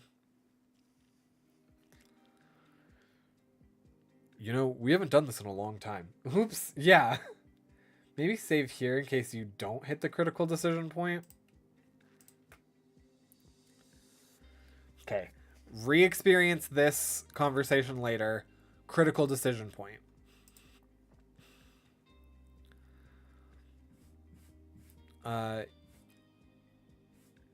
You know, we haven't done this in a long time, the three of us. I mean, it's like the old days. The three of us sitting in Marco's talking about the future. Except now we're 15 years older and wiser. Well, older at least. Don't know if I've gotten any wiser in my old age. Don't give me that. You were always the old wise one among us, Mr. 30-year-old sage. God, I would love to be 30 again. Ah, me too. Maybe my back wouldn't complain for weeks if I sleep in the wrong position for one night. Well, too bad the future this time isn't all rainbows and unicorn farts. We'll finalize your split from the man who you're finalizing the split from the man who cheated on you, Santi. That feels pretty rainbowy to me. I guess it's rainbowy that Albert didn't drag it out at least. I've heard divorces can take years. This isn't the actual legal split, right? Just the paperwork that does that? Yeah, then there's a bunch of legal stuff that happens once we finish this paperwork, which can take a while. Santi sighs and finishes his mimosa. I want to go for a walk before my mom gets here. I'll join you, but I should walk the dogs, unless you want to head to my place first. Not sure if we have the time. Fair enough. This was great, though. We should do this again sometime. Definitely, man. You follow Santi back to his place and go for a walk around the neighborhood with him. You're walking down the street of restaurants by his place when he stops and waves at someone. You look over to see Mitch, sitting at an outdoor table in front of a restaurant that looks like it's set for two. Oh, hey, Santi and Patrick. Hey, man. Waiting for a date? Mitch laughs. Not today. I'm having lunch with my brother. He just suddenly had to run to the restroom. If you two wanted to wait a bit, I could introduce you when he gets back. But also, don't let me interrupt your walk. My mom's going to be arriving soon, so I should probably start heading towards home. But Patrick could... Mitch shakes his head. Nah, I'm sure there'll be plenty of future opportunities for you to meet. Mary, his wife's been complaining to me about how he's always down here for work. So I'm sure you'll run into us again. Right. Mitch's brother, who was in the army, and like, yeah. Yeah. Got it. Besides, continuing to keep your heart rate up is a good idea. Have a nice walk. I'll see you two at the gym. Santi continues walking and you follow him. Once you're a decent distance from the restaurant, Santi stops and sighs. Sorry, I also just, I don't know, Mitch is a great guy, but I guess he's just a weird reminder today. It's not anything he did, I'm just feeling off. Wait, so I also, like, I spent an entire week and I didn't bring up the name thing? Excuse me. Santi's mom pulls up just as the two of you arrive back at his place. Not going to say that first word because I don't know how to pronounce it, so I'm not even going to try. Mijo! She pulls him into a huge hug. Why? You did not. I did not what? Oh, bring up the thing. Right. Bring up the name thing. Yeah. Why, Patrick? She pulls you into a hug as well. Hi, Mrs. Ruiz. Gracias por taking care of my son through all of this. She kisses your cheek before releasing you, hanging on to Santi a bit longer. It's no trouble, really. She releases him and pinches his cheek. This is because you and Albert didn't go to church together. Oh my god. Ugh, all of them. Ugh. Mama. I'm gonna make a fool of myself. Mañana iremos a la iglesia. No, Santiago. Es muy importante. Yep. If I said anything offensive, I'm so sorry. Whoop. You don't have to hang around, Patrick. Knowing Santi, you know that's your cue to leave him and his mom to their own devices for a bit. You bid them farewell, and she gives you another huge hug, and watch them disappear into his apartment as you consider your options for the rest of your morning. Go sit at the cat cafe, spend the morning by yourself, hit the gym, see what Paul's up to, see what Jason's up to, see what Joe is up to, see what Paul is up to. Paul doesn't pick when you call, which is maybe unsurprising. You send him a text. Was just thinking of you. Hope you're having a nice Saturday. As you contemplate your morning, you feel yourself wanting to sit at a cafe with a drink and a book for some reason. That was going to be my second option. Go sit at the cat cafe. You walk into the cat cafe and spy Gabe sitting in a corner at a table looking nervous. He notices you and waves you over. I'm just remembering that Paul has yet to meet my extended friend group. Hey, bud. I'm meeting Mitch here. Oh, okay, never mind. But I'm actually really glad you're here. As if on cue, Mitch walks in the door and waves the two of you. He orders himself a cappuccino before joining the two of you at your table. Oh, hey, Patrick. Nice running into you here. Not getting anything to drink, Gabe? I probably should get a drink, huh? Yeah, I'll go get a drink. Anything for you, Patrick? You decline the drink. Screw that. Peppermint mocha, please. And Gabe heads to the counter to order. Mitch watches him go. None of this is normal for him, right? He's a lot more nervous than his usual self, yeah. Okay, very soon you're going to hate me. Why? Busy morning for me, I guess. Scott had to run shortly after breakfast, which I guess worked out because it meant I was free for this when Gabe texted. I guess today's one of those doesn't want me around days, rather than one of those days where he refuses to let me out of his sight. Mitch shrugs as Gabe rejoins the table with a coffee. No one seems to know where to start before. No one seems to know where to start for a bit until Mitch and Gabe both talk at once. They stare at each other for a moment before they start laughing. Okay, this is really fucked, right? Yeah, I feel like I should start with an apology. Whatever it is you think you need to apologize for, I promise you don't. It's just that you're kind of super hot. Gabe turns red and Mitch laughs. Speak for yourself, mister. I look like a gay magazine centerfold. Whatever your workout regime is, it's working.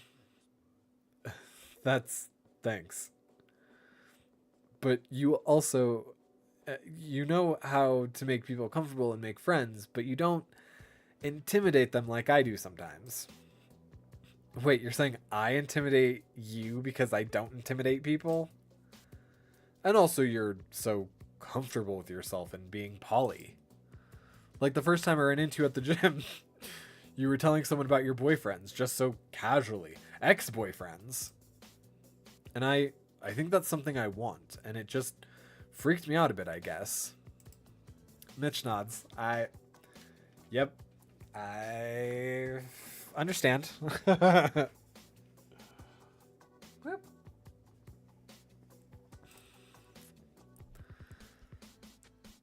Then, if I may be so forward, want to go on a date sometime?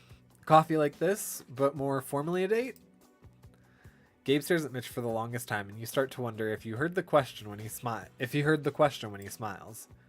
Yeah, I'd like that. Not right now, though. I have some stuff I have to take care of early this afternoon. Are you free this evening?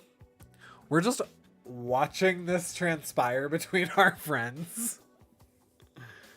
No, I have Robbie this evening, my son. Well, we'll work something out. Send me a text. That sounds good. Mitch waves at someone, and you turn to see Pat walking into the cafe. Hey, Pat. Patrick approaches your table, and Mitch suddenly looks like he's realized something. Actually, Pat, I meant to ask you, do you know anyone named Paul? Patrick laughs while a chill runs up your spine. You still haven't asked Paul about him and Mitch, and you start to feel like you should have. He's the strong, silent type, but incredibly good in bed. Really hot, too. I definitely know him. Haven't seen him in a while, though. He broke it off and said he was dating Patrick now. I think the irony and funny bit of, like, him leaving me in the game Patrick for me MC Patrick is very funny.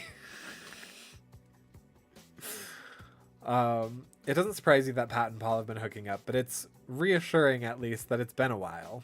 You nod. Yeah, Paul's my boyfriend. Huh. Do either of you know why he might have a problem with me? Apparently I'm supposed to have beef with this guy who I don't even know exists. Sorry for hijacking the conversation, Gabe. I've had this too. Why is my freaking camera, like, bouncing? But no, I've had this too, where, like, people have had issues with me, and I'm like, who? Who doesn't like me? What? For what? It's very rare. I think of maybe, like, 1 or 2 instances where it's happened. For the most part, everyone just loves me. Gabe shakes his head. It's fine. I think we talked about everything I wanted to already. Actually, I should go. Thanks for talking today. Patrick shrugs and takes the seat that Gabe vacated. Maybe you stole some guys from him on Manhunter? I can't see who... You can't see who your match is... You can't see who your match matches with, can you? As far as I know? Not as far as I know. Maybe you just look like competition? Which you are. You both have a similar rugged handsomeness, so I could see him hating you for it. Actually, the two of you look really similar in a lot of ways. Patrick, do you have a photo of him? Or of the two of you? I kind of want to see what he looks like. Maybe I'm forgetting his name somehow. I don't have any photos of us. Also, red flag. Like, I'm not a huge taking photos person, but I have... Actually, like, my office is a shrine to people that are important to me. So, I take photos of people that I care about. Also, I just noticed his tree tattoo. It's a reminder that you probably should take some. After all, it feels like a fairly normal couple thing to do. Pat, I assume you two matched. Can I take a look at his profile? Yeah, sure. Patrick pulls out his phone, scrolls for a second, then frowns. Looks like he deleted his profile. I guess because of Patrick. Hang on. I have a photo of the two of us, as long as you don't mind it being an explicit photo. I'm sure I've seen worse. Patrick laughs, scrolling for a second, then hands his phone to Mitch. That just brought back a memory of I was at a party recently and was showing my friend something, and somehow, like, some of my more explicit photos got pulled up. So I was like, my friend was interested, and so I was like covering with my thumb, like, the explicit bits. That way she could still, like, look at the photos. Friend, ooh, what's that? There was a reason. I think we had gone into something about, like, photos that are designed to look a certain way. And I know, like, I've shown you, Bob, some photos that I've taken that are, like, risque but not explicit. And then I have, like, photos that are explicit that I could make risque or something. I think that was how it got brought up. I do not remember. I had drinks at that party. And it was actually the friend who I was talking to. I was at her boyfriend's house. So I was like, I don't know where, like, the respect line with this is, so I'm just gonna cover what I think I should cover. Hands his phone to Mitch. Mitch stares at it, an unreadable expression on his face. What the fuck? Patrick looks concerned. It's not that unusual, unless you're... What?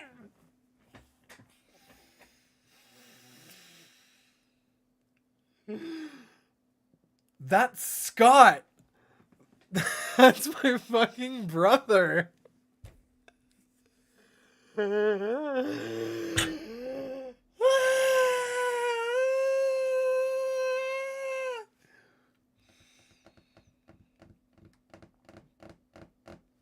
Bob, I told Scott about this game. Just by the way.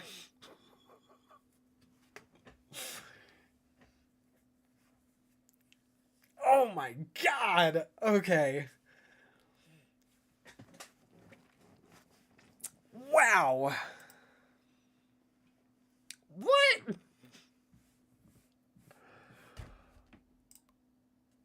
Wow.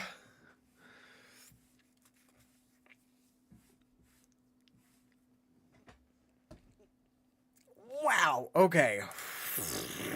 Okay. Oh. It isn't too surprising that Paul, Scott, doesn't answer either you or Mitch's calls, and then Mitch is pulled away for a prearranged meetup with his sister-in-law before you can really talk.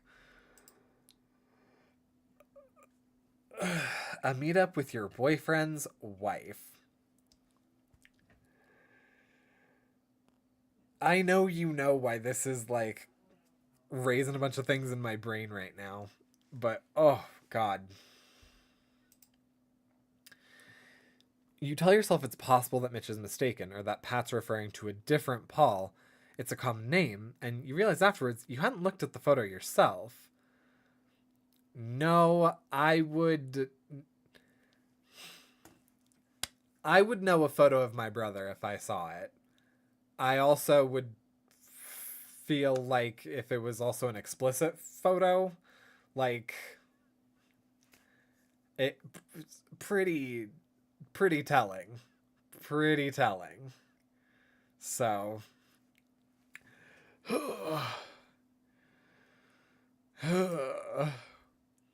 And Santi's busy today with lawyer stuff, so I can't talk to him about it. Push the problem aside for now. Mitch said he'd keep trying to reach Scott and would message you. And focus on the more immediate problem of lunch. You make lunch and consider the afternoon. I'm not letting that go.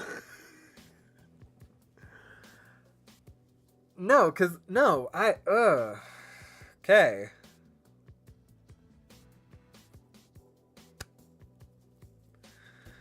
Wowzers. Okay, cool. Kayla's free. Hit the gym. Spend the afternoon on your own. I mean, Caleb would probably want to cook something with me. Okay.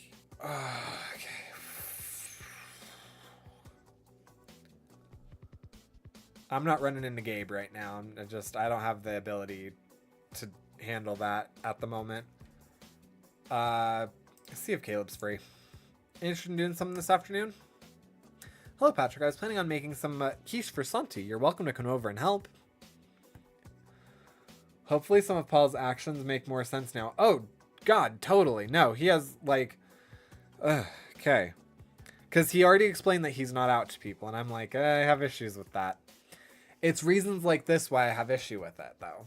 Because I'm like, I don't want to have to censor myself. Because also, I've done this exact thing, too, where, like, my first introduction of people, and sometimes to people, have been through, like, people seeing photos of them, or them seeing photos of me. And sometimes it's photos like that. And, like, if I didn't realize that I accidentally did that to someone, to their brother... You'll note that Paul sent the lose my number text the day Mitch unexpectedly moved back into town. Ooh. I didn't realize that. Okay.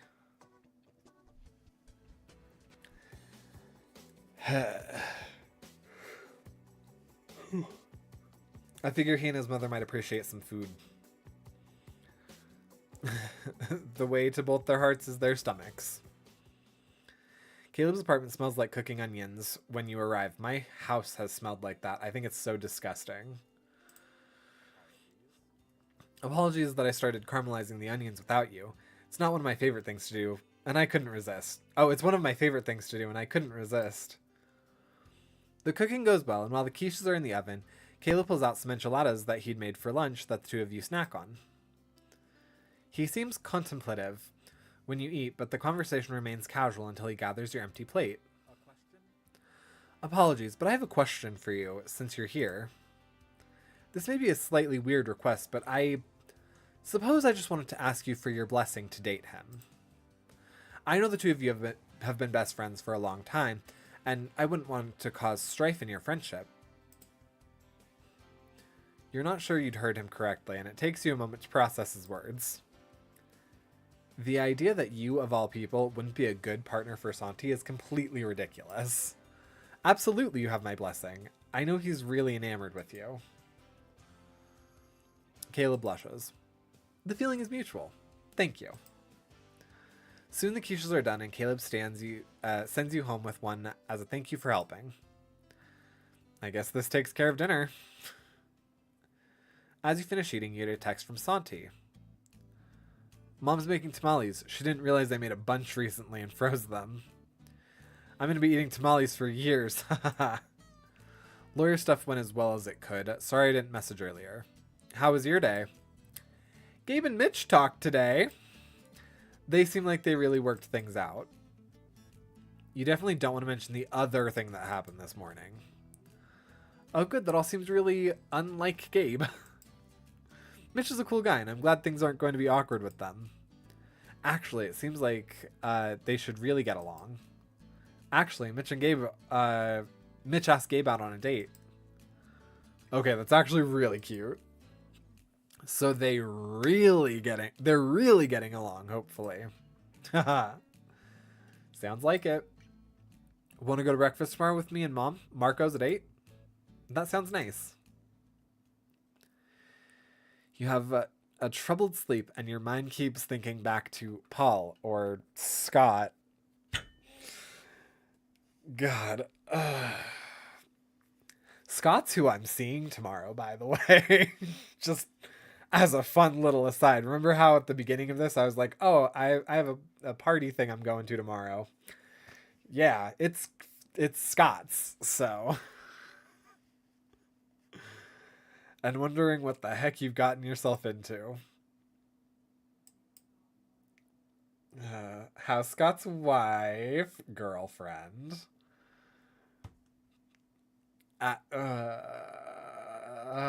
Yep.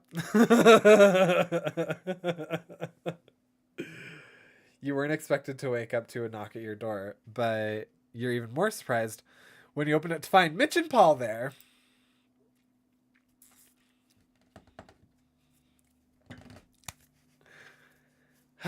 There goes any hope I had that this was a coincidence or misunderstanding. Mitch looks apologetic as you blink the sleep from your eyes. Paul Scott looks defiant. Okay. Sorry to wake you. I managed to grab him before his shift today, and he refuses to talk to me without you being present. Paul-ish?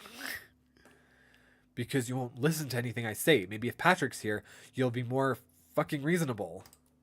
I don't know why I had a difficult time saying fucking right there.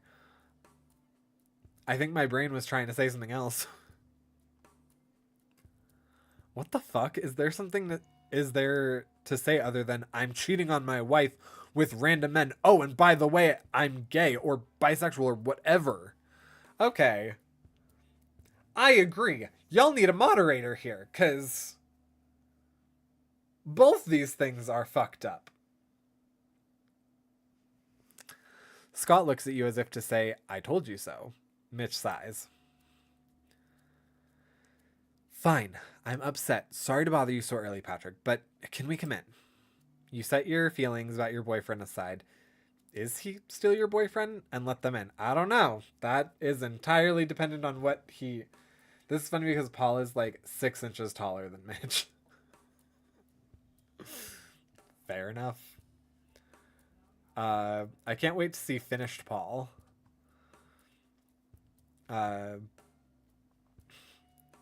Mitch sits on the... I'm sorry. My brain is like still reeling.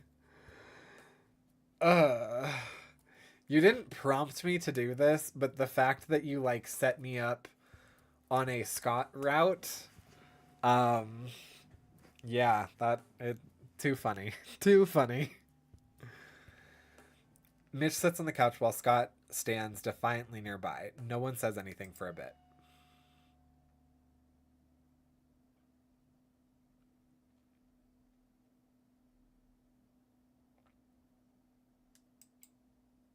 You stand near Scott. So talk. Mitch rolls his eyes.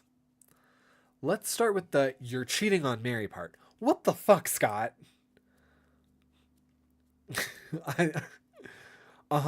Says the guy who abandoned us the first chance he could, living it up in New York and only checking back in when it was convenient for him. Okay, you have a separate issue here. That is a separate issue, bro. That is not relevant. You know nothing about our lives, Mitchell. How fucking dare you make assumptions? Mitch stares at him for a moment before deflating. That's not fucking fair. Actually, it kind of is, though. It's not, but it kind of is, because actually, you don't know if him and Mary have, like, an understanding. Also, with this revelation, you know he lost someone that he was very, very close to. Who he probably had romantic feelings for. So, yeah, there are things that you don't know.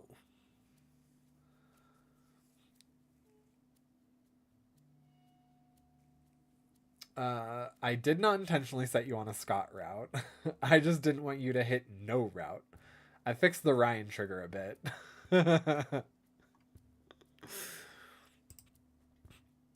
It's an objection, but it has no teeth behind it. Yeah. Does that mean Mary? Maybe. You gotta be open, bro.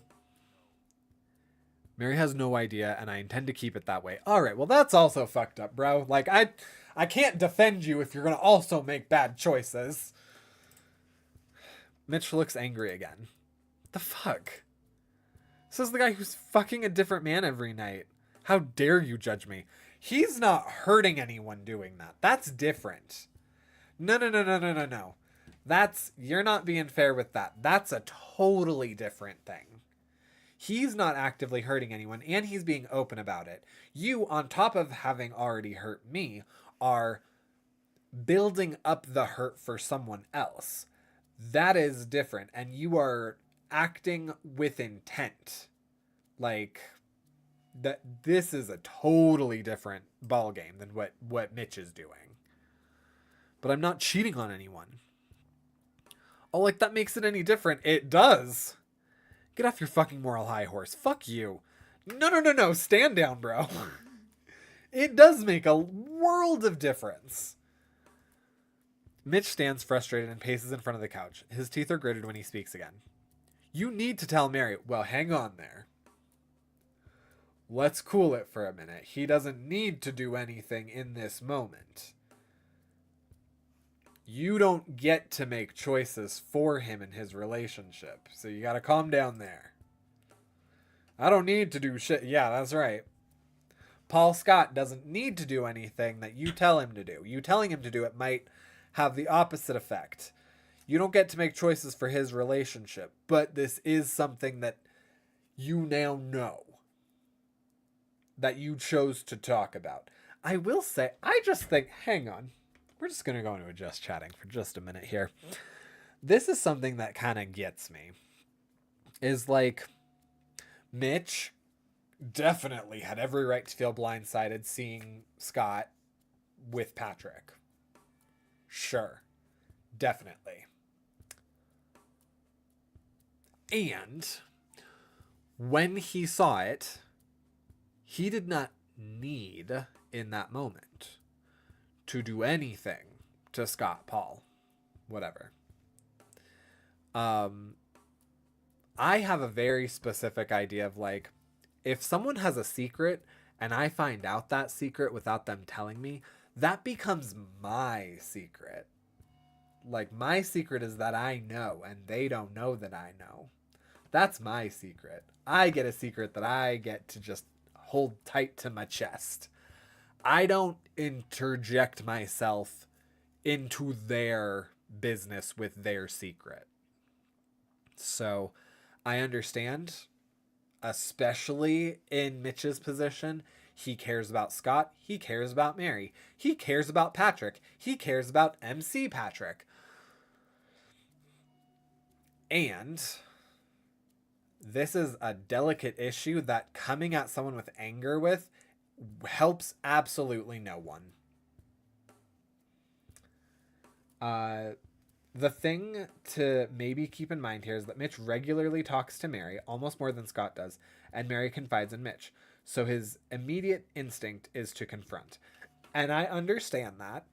And I'm just saying, like, this is not a proper way to, in my opinion, behave with this. You find out someone's private information, that's your secret that you found out their stuff. If you need to confront them with it, doing it in a position of anger and outrage is not the way to do it. Even approaching it with love is sometimes not the way to go about it. That's also not what Mitch would do. That's a fair take. And not, oh no, I'm by no means telling you, like, change the character or anything.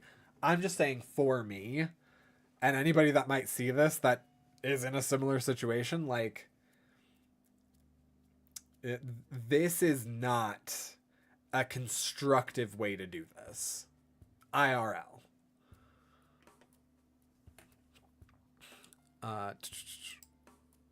Then I'm going to tell Mary. No, you're not. No, you're not, bro. Who are you helping there? You do and you're dead to me. I don't give a shit that you're my brother. Yep. The two of them glare at each other for a bit, and you feel like you need to do something about the situation. There needs to be a way to diffuse this, where both can take out their... I just realized that's a jalapeno. Where they both can unload all of their feelings in a constructive manner. And that could be on his shorts too. Oh my god, it is on his shorts too. Yeah. I don't know specifically what that looks like. I would probably react a little differently. I know I'm about to get prompted. So I'm curious to see what those are going to be. But there needs to be like a diffusion here. That way nobody does anything they're going to permanently regret. Because this is a situation where people can make permanent choices that negatively affect both parties. Are you gay, Paul Scott? Why me, Paul Scott? Is your marriage not going well, Paul Scott?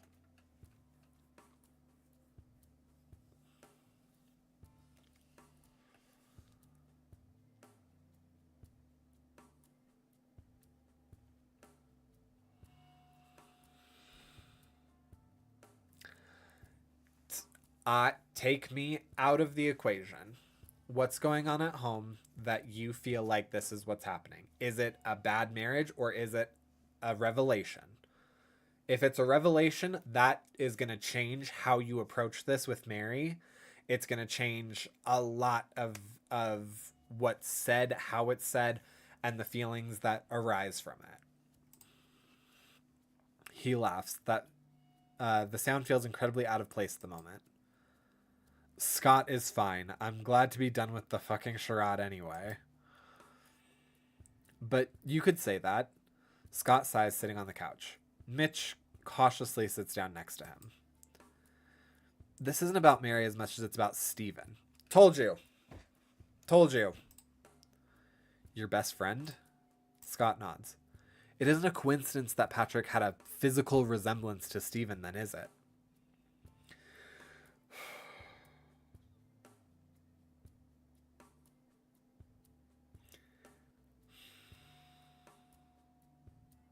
I'm not even going to get into that. Awkward. I am going to get into it.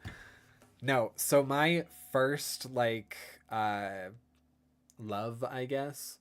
Yeah, Scott has issues. My first, like, love, he dated me because I looked an awful lot like his first boyfriend. And yeah, it created a lot of issues for me where I was just kept in this place of like being somebody's doppelganger. Yeah.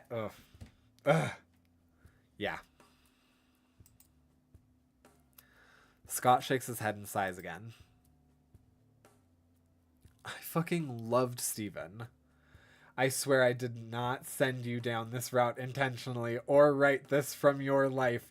You say that a lot, and yet you somehow pick very specific pieces of my life that, or like you just write very specific pieces of my life into your games.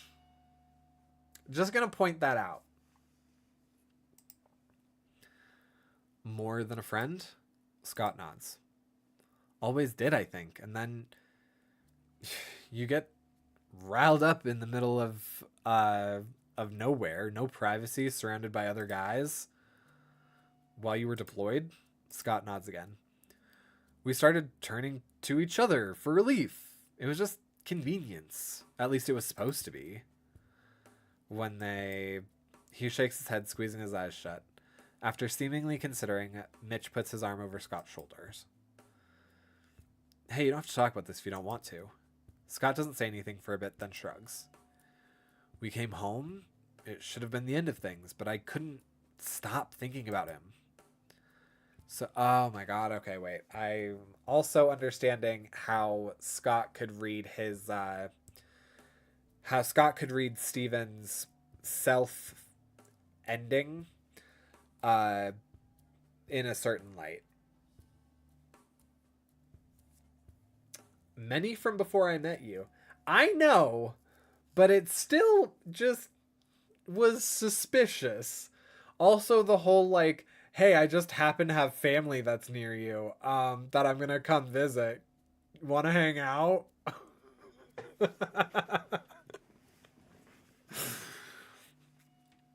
So we forked again and again. It became our thing. When the inside of my head became too much, he was there. And I was there for him. We understood each other. Mary never understood. She never could. And that bish started... Don't call her that. I'll call my wife whatever I want, Mitchell. And respect is a thing. Mary started... Whatever. Mary started to resent him. That's when I knew our marriage was over. She wanted me to choose between her and Steven. I chose Steven. She knew you and Steven were... Scott shakes his head. No, but she hated that I'd always turn to him. She didn't ask me to choose explicitly, but she got colder and colder towards him. It was like she wanted me. She was asking me to choose. When he died, He squeezes his eyes shut again. And the tears come this time. Mitch hesitates only briefly before pulling him into a hug. Hey, I'm sorry. We should have had this conversation years ago. Months ago. Scott shakes his head. Yeah, like I was ever going to tell you any of this. Okay, well, you don't need to be an ass. He wipes his nose from with his arm and sighs. Mary didn't care. She asked me how I was doing, but I knew she was glad he was gone. Acted like she'd beaten him and won the prize, like I was a prize to be won. How dare she be glad that he was dead? Fork her. That's not... When he died, I was going to self-end, too. Had the gun, trigger warning for anybody, was going to do it by his grave. Something poetic about being together in death or something like that. Mitch looked horrified. Scott. I was in my car at the cemetery and you called me. Mitch stares off into space. I remember that call. I just felt like I needed to check on you. How you were processing his death, whether you needed anything. I'm gonna point out, Bob, I also had a very, not to this level, but I had a conversation with my sister today about some stuff from some years ago. I have another friend, his name's Florida Sharkbait. I call him Florida for short. Oh my, how is Florida Sharkbait different? Also, welcome on in.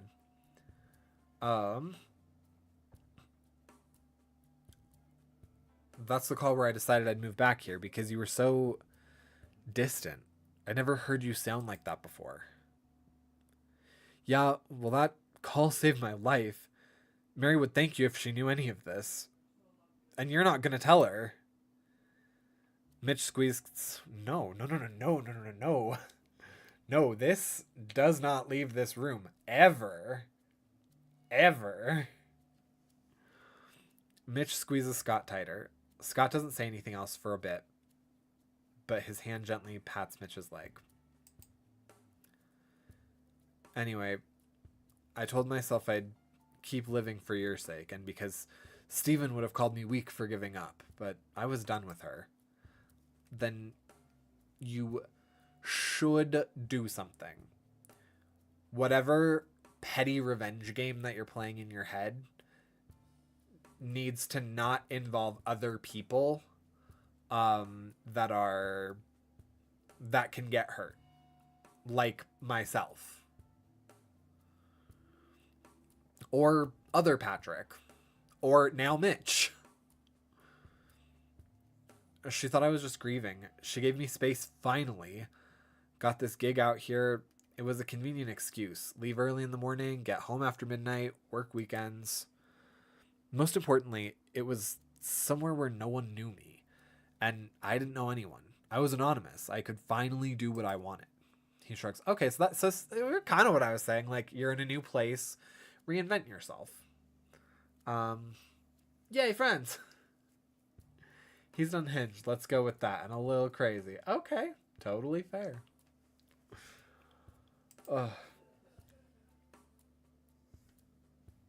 And what I wanted was Steven, but if I couldn't have him, at least I could lose myself in guys. It made me feel closer to him.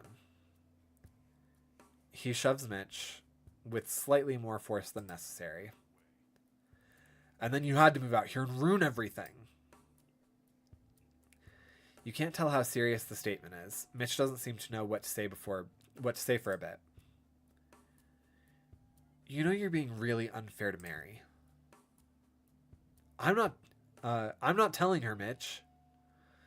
Mitch shakes his head. No, I mean, she loved you. Loves you. When Steven died and you wouldn't talk to her, she'd call me almost every day, ask me what she could do for you.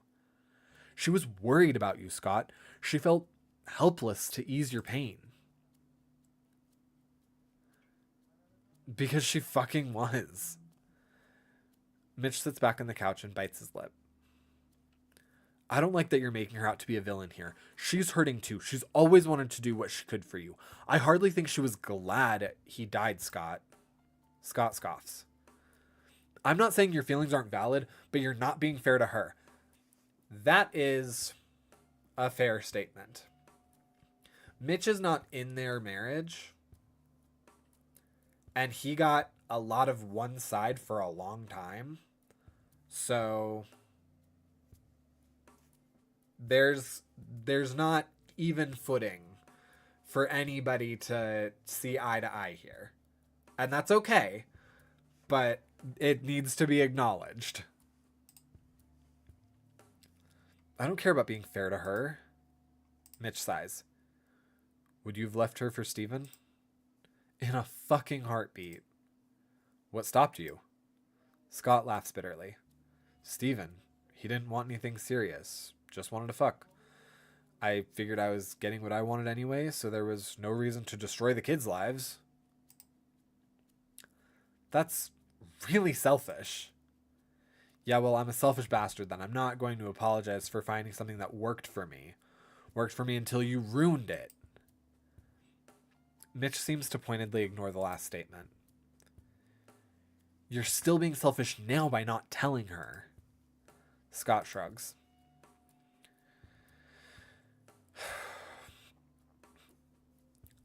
She shouldn't give a shirt. The money keeps coming for her. We haven't forked in years anyway. If she wants out, she can get forking out. Oh my god. My eyes are leaving me right now. Also, just by the way, I understand I'm going between swearing, not swearing, and good place swearing. It's because I can only do so many swears in like a certain amount of time before things get flagged on YouTube. Just so everyone's aware. I'm not against swear words. I'm not like, this is written just fine with the amount that's in it. But for YouTube purposes, I'm not wanting to get this flagged. Scott shakes his head and stands. I'm done with this. You're not telling Mary. You're not telling Mary. Mitch sighs. I hate that you're putting me in this position. Telling her changes nothing except we get a divorce and the kids have a broken home. Your kids are adults, Scott. Leslie's 23 years old. Even Annie is 18. They can... And she still lives at home. Don't patronize me, Mitchell. Fair. Totally fair. Sorry, I'm going to catch up on chat real quick. And he has this weird obsession with gators. Or as he calls them, swamp puppies. Swamp puppies!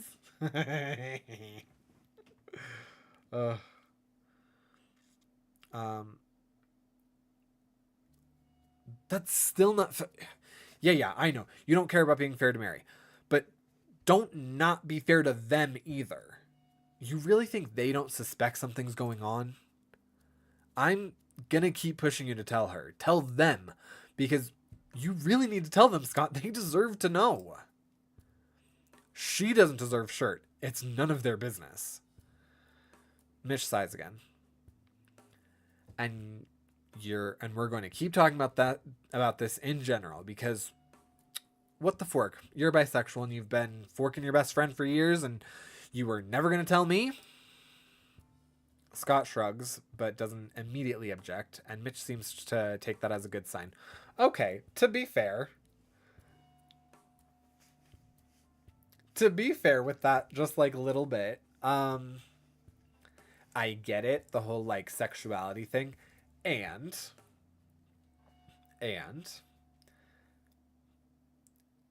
people do things of a sexual nature and in no way involve their siblings to know anything about it.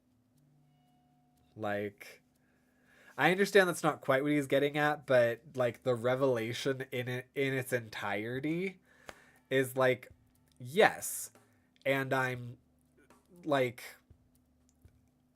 going to use anybody I know in real life. Have examples, not going to use anyone I know.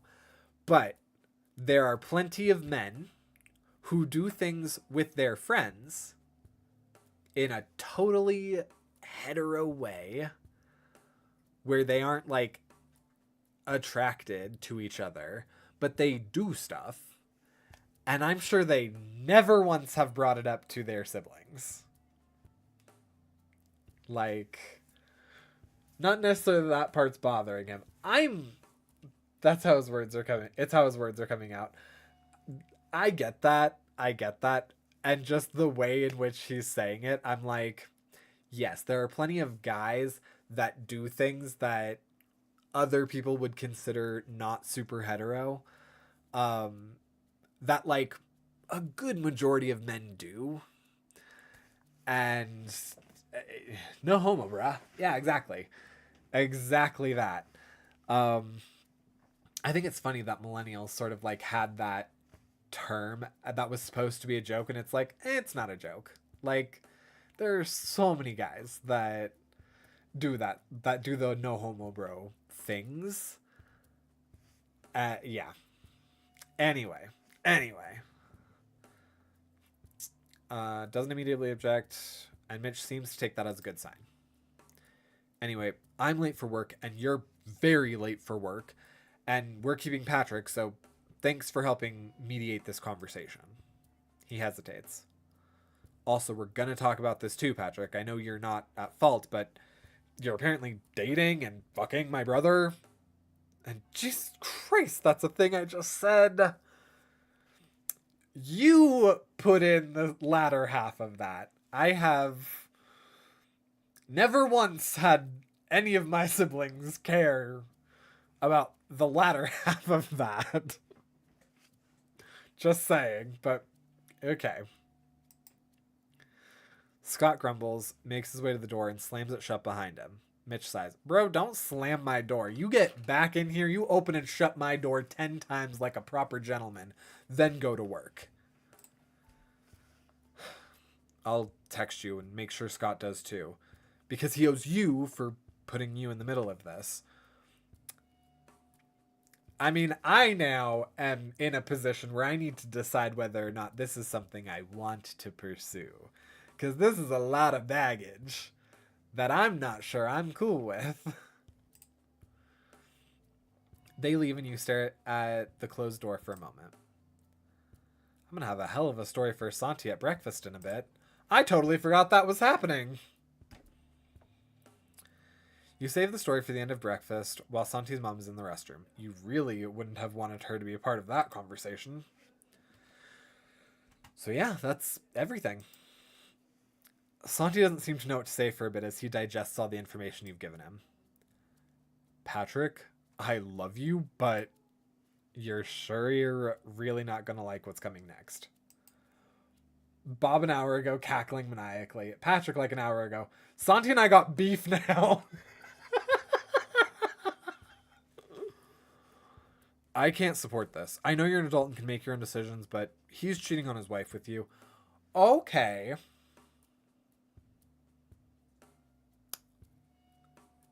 We need to have an adult conversation about this because I wasn't knowingly the other woman. Okay? So, and I don't know if anywhere in this I explicitly stated I'm still interested in seeing him, or I don't have thoughts and opinions of my own that need to happen and be addressed before pursuing anything, one way or the other. This hits personally for Santi. I mean, I get it because he was cheated on from Albert. And I get that. I get that, regardless of whether or not you did it intentionally. Well, that's pretty damn...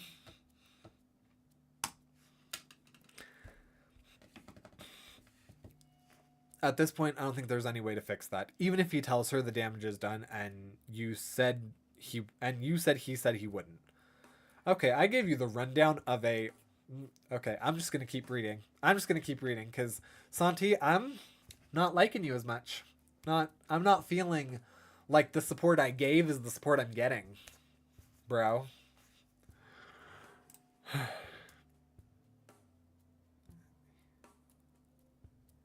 I mean, obviously we're breaking up. You want me to break up with him? If I do or don't, right now is not the point.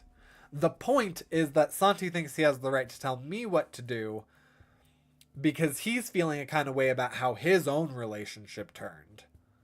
Like, what are his opinions about other dude that Albert slept with? What's that guy's side of the story? He doesn't know. He didn't care to open and investigate that. He only knows what Albert did and how he felt about the situation. Nothing more. No, you want me to break up with him? I'm not going to tell you what to do, man. I just can't support your relationship with him if you continue it.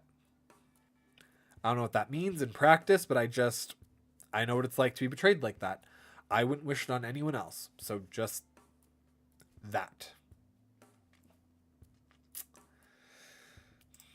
Then I don't think we have anything else to say here until I have more of a chance to talk to him. Just out and out, I don't think that you and I have anything else to say to each other. I need to come down from that. Neither of you seem to know what to say for a bit, because there's nothing else to say until I work things out with Scott first. God, that's going to be weird to say for the rest of this playthrough. I'm going to let you think things over because it feels like you need some time. Sorry, I just can't be involved in this problem for you. Okay. I don't like how you said it, but I respect to the death your right to say it. I have done that with other people before. I've definitely been like, I feel for this, and I can't be involved in it. And that's on me. And that's my stuff to deal with. And I'm sorry I can't show up for you, but I can't. So this I appreciate. But, yep, don't you smile. He stands smiling as his mom returns from the bathroom. Oh, okay. Puts some money on the table for the two of them, makes an excuse, and leaves with her. You're not sure you need to make a decision about Scott now, but you tell yourself to not keep putting it off indefinitely. Deciding between my best friend of over 2 decades and someone who's honestly been a pretty shitty boyfriend should be an easy decision, right? Despite telling yourself to focus on everything else, your mind keeps running over the question the rest of the morning, and you're still left no closer to a decision. Before you know it, it's time for lunch. As you're starting to think of what to do, you get a text from Caleb in the group chat. Hello everyone, I seem to be making a habit of last minute notices, and for that I apologize, but I prepared some lunch if you would like to come over. Santiago, your mother is welcome to attend as well if she is still in town. Is Robbie welcome? My place is not childproof, but Robbie is welcome if you're not concerned about that fact. I can make sure he stays out of trouble. Oh, I can make sure he stays out of trouble. Oh, so Santi is going.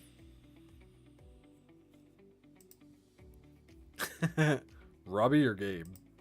Both. You're all uninvited from lunch. I don't think you can uninvite people from Caleb's lunch party. Significant others are welcome as well. Yeah, it'd be a great idea to bring Scott to this event if he's even free. Oh God! Is this invitation also going out to Mitch? There's way too many factors here. Ugh, I was fine for a week and now I'm hurting again. Where? With what? If you want to say.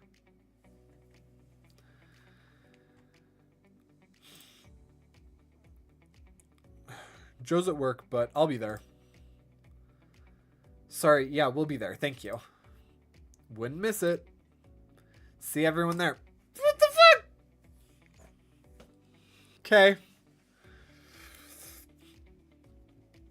You show up at the same time as Santi and his mom and ride the elevator up together. The three of you are the first to show up. Santi's mom seems in awe of the places you walk in, and you remember that feeling. Are you Bill Gates? Santi's mom. Caleb chuckles and shakes her head, and shakes her hand. There we go. Before she pulls him into a hug instead. Hello. I'm Caleb. It's nice to meet you, Mrs. Ruiz. She looks offended. No. None of Mrs. Ruiz. I'm only 64 years old, young man. Call me Gabriella. And might I say, you don't look a day over 40, Gabriella. You could be mistaken for Santiago's younger sister. She grins at Santi. Oh, your man is charming. Not gonna say it. Mom. I hope pasta is acceptable for lunch. I was feeling in the mood to make pasta this morning. Got a little carried away. Your man make quiche and now he make pasta. Marry him now. Santi turns a deep red and Caleb blushes. I'm really yucky. I'm really lucky, yeah. The elevator dings and Jason appears carrying a bottle of wine, which you note, to your amusement, is the bottle Caleb had brought to their party. Oh no. I have a lot on my mind. It's making me lose my mind. I see things. I have nightmares inside of nightmares. I talk to some things that's not even there. In what way? If you want to elaborate in any way. Like, the prose and poeticism of those three statements are interesting. They don't tell much, though. They are pretty words, but they don't say much. The elevator dings and Jason appears. Oh, okay. Santi's mom smiles at Jason, then hits the back of Santi's head. Ow, mama. Gay. You not bringing Caleb to Molly's. We such bad guests. It's really okay, Gabriella. Santi already brought me some tamales last week. They were delicious. We bring you more later. I would certainly not say no. It's nice to see you again, Gabriella. She pulls him into a hug. También, Jason. Where's Joe? Oh, he's at work. They're understaffed at the hospital, so he's had to pull extra shifts recently. No good. He worked too much. I agree. Jason, I recently obtained a microbrew with you in mind. There are some bottles in the fridge. Please help yourself.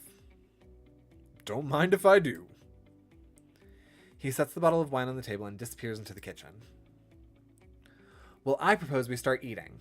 The sauce should be finished, and Gabe may be a little delayed because of Robbie. He makes sauce too. She hits his head again. Put ring on his finger by end of year. Mama. You glance over at Jason, who's watching the conversation with a grin on his face. You meet his gaze and he mimes eating popcorn. Yep, been there. Been there. Oh.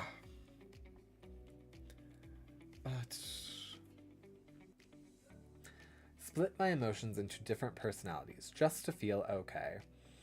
I mean, I think we talked about this couple of streams ago, where like, where not dissociating. That's the totally wrong word. Compartmentalizing. Compartmentalizing is actually a very healthy thing. Like Bob, I'm sorry to hear that it's feeling like too much. You considered talking to someone professionally about it? There's part of my like human service thing that is getting flipped, and I'm like, performer, human service. Performer, human service.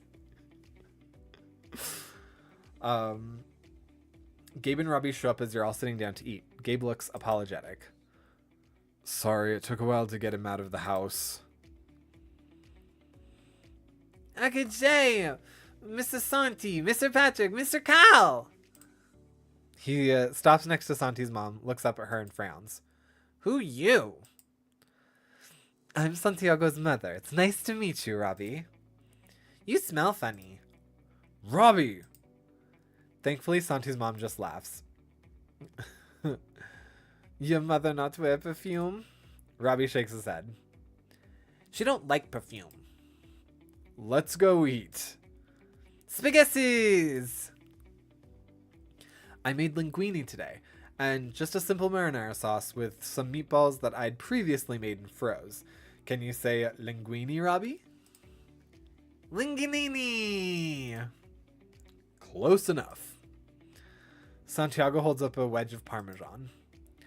Can you say Parmesan? Parmesan cheese! One of his favorites. He definitely knows that word. Fine, I'll say it right. Parmesan cheese. Lunch is palatable, or is pleasant. Wow, palatable. Lunch is pleasant, and Robbie is surprisingly well behaved. As Caleb starts cleaning the dishes, Jason stands. Actually, I'm glad you called us together for lunch today, Caleb. I was just going to send this over text, but I'm flying out tomorrow to spend a week with my mom. She wants to start getting her funeral arrangements together and make sure her affairs are in order and stuff, just in case. Also, it'd just be nice to be able to spend some time with her before she's exhausted from the chemo. Joe isn't able to get the time off work, so I'm gonna go by myself. Just wanted to let everyone know, I guess. Bro, whatever you need, we're here. We got you. You're good. Caleb's cooking is tolerable. If you had 5 PTO days, Pat, you could go with him. Well, now I feel bad. I'm going to do like a Jason and Joe route. A different playthrough. I hope it's a good trip. I'll help walk the dogs when you're on. I'll help too. I love the dogs. I can keep J2 company when you're away, or help with the dogs if you need another set of hands. Doggies! Dog set. Okay, cool. Thank you, everyone. I know that helped Joe out a lot. We were going to get a dog sitter, but I know they'd be more comfortable with people they know. The rest of lunch is quiet, and everyone disperses shortly after dessert. An impressive-looking chocolate cake that Caleb orders up from the building's restaurant. As you're starting to think about afternoon plans, there's a knock at your door. All right, let's do this. Okay. You're not sure who you expected, but it's entirely surprising that it's Scott. But it isn't entirely surprising that it's Scott, standing there with flowers. Are we about to bang? Are we still together? That definitely hadn't been what you expected to hear. What? I'm cheating on my wife with you. I've lied to you about basically everything about myself. He shrugs. Are you having a realization that this was wrong? And you want to do something about it? Because then I can give you some grace. That's that grace I was talking about. If you intend to just continue as is and you think I'm going to be okay with it, that's a different story. I feel like the attraction was real, but everything else could be a mess, and you don't want to get caught up in. Santi's words came back to you, and you don't like the way they make you feel. Santi or Scott? I guess this is when I have to choose between them.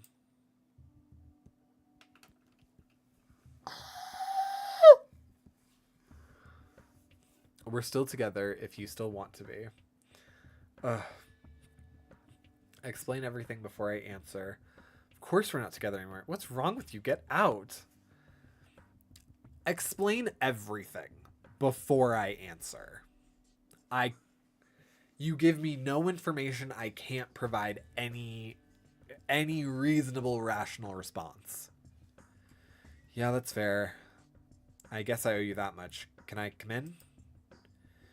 You stand aside so he can enter. He hands you the flowers and sits on the couch, and you sit next to him. He seems to think for a moment.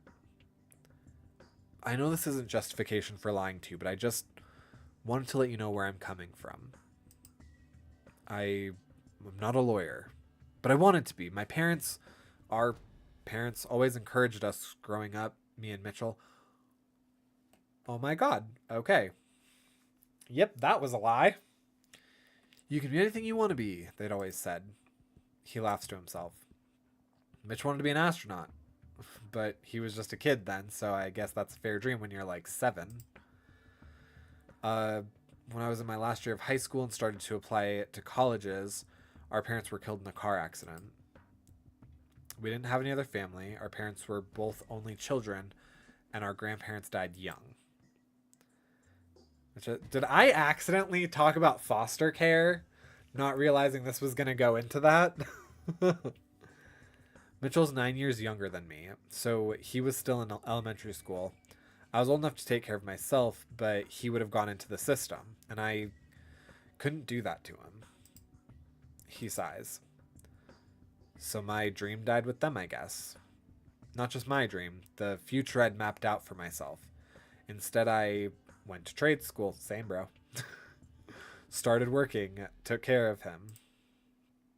I'd always wanted to get out of that fucking town and go somewhere where I could just be me.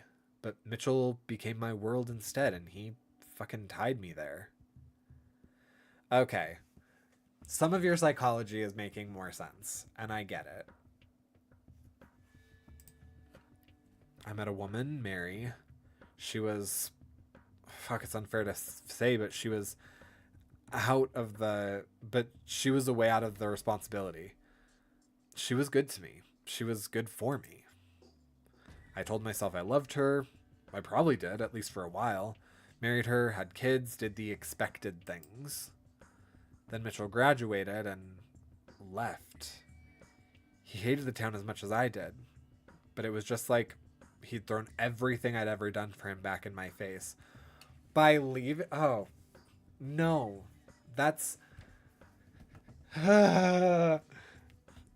You have successfully raised someone when they are confident and can leave the nest and be just fine. That is... I know that's not everyone's path, but when someone can, that's when you know that you have done it. So when they do, like, you did it. You did the thing. You did the thing. You were the great person for him.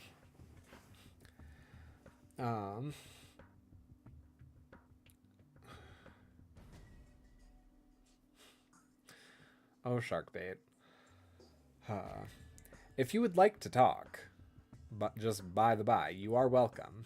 I am technically a paraprofessional.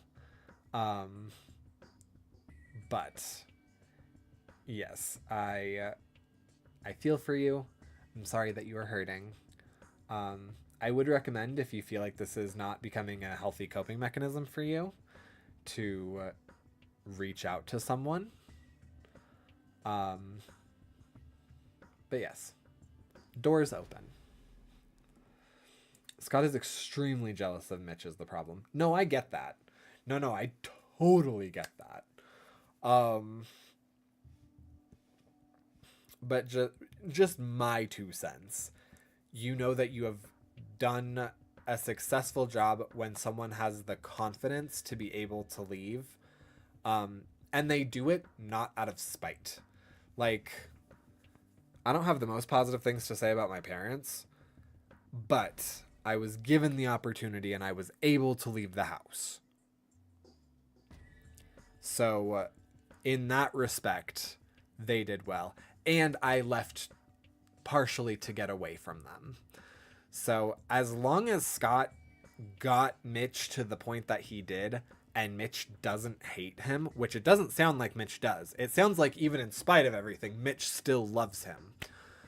Like, he did good. He did good.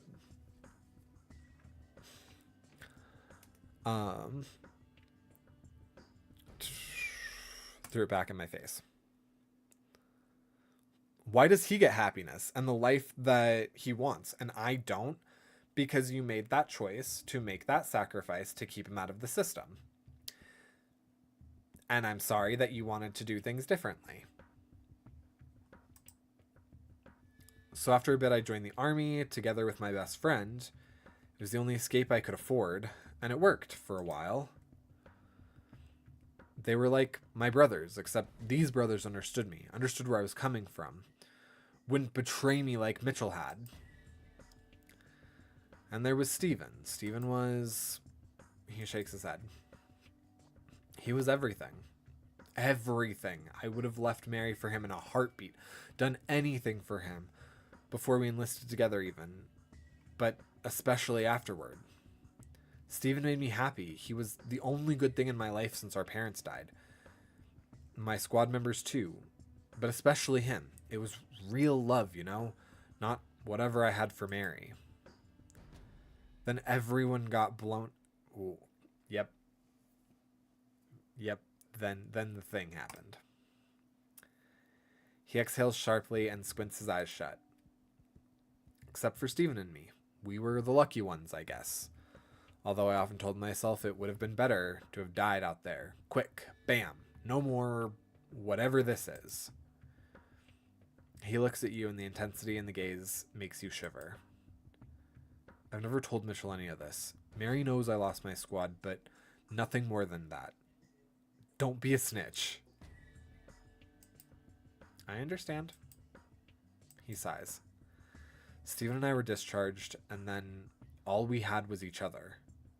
And for a while it was enough. It probably would have still been enough. See, I know we talked about this before, but like, therapy, bro. Therapy. Because you can't just lean on one person. Like, that is not healthy to have one person that you rely on in that way. Like, I totally also understand that a lot of people are like, oh, my spouse is my everything and blah, blah, blah. And that's great to become an asset in someone's life. But it is unhealthy and unfair because no two people ever have the same weight of baggage on themselves, even from the same situations. And so it's impossible to have a 50-50 relationship in that way. Just someone is always going to feel something more heavily than the other person, or both people will collapse under the weight of things. You need to have others that you allow in on that burden. Professionally, socially, whatever.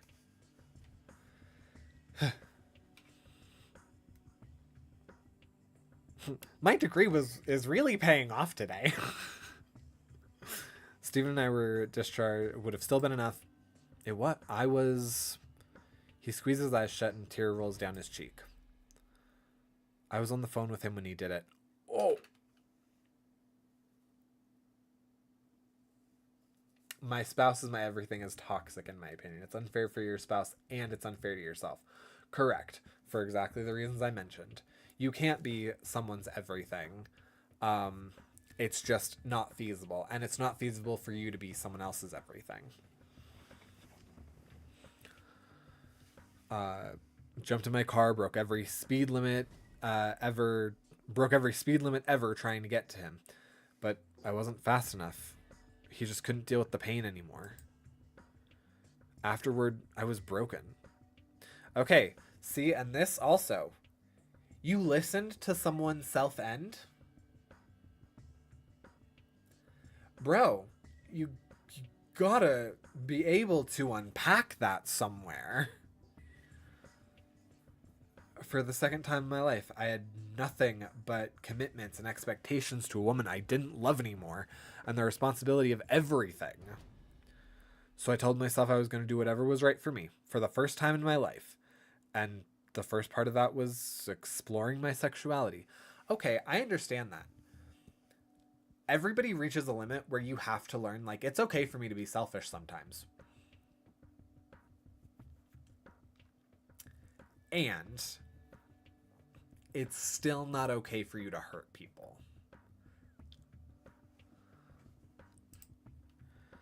I don't think I said, but I'm an electrician. Bob.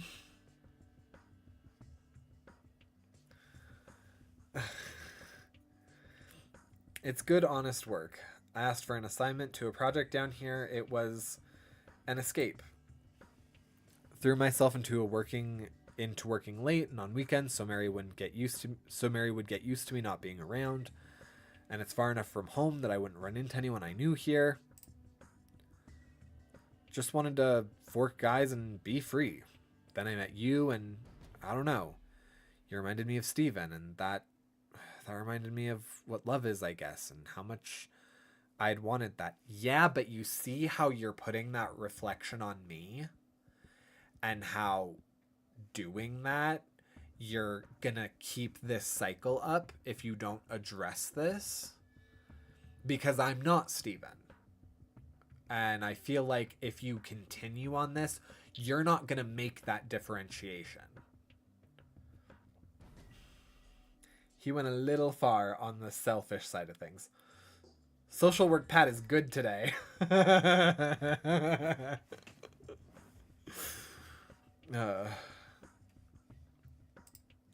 He shrugs. Then Mitchell ruined everything again. I was about to say that's not fair to him. You're going to say that's not fair to him, and sure, it probably isn't, but everything I've done my entire life was for him, and he disappeared on me and came back just when I was figuring things out. I don't care about his intentions. I don't care if it's unfair to him, but I can't resent him. He's my forking brother, and it's my job to make sure he's okay. Yeah. Okay.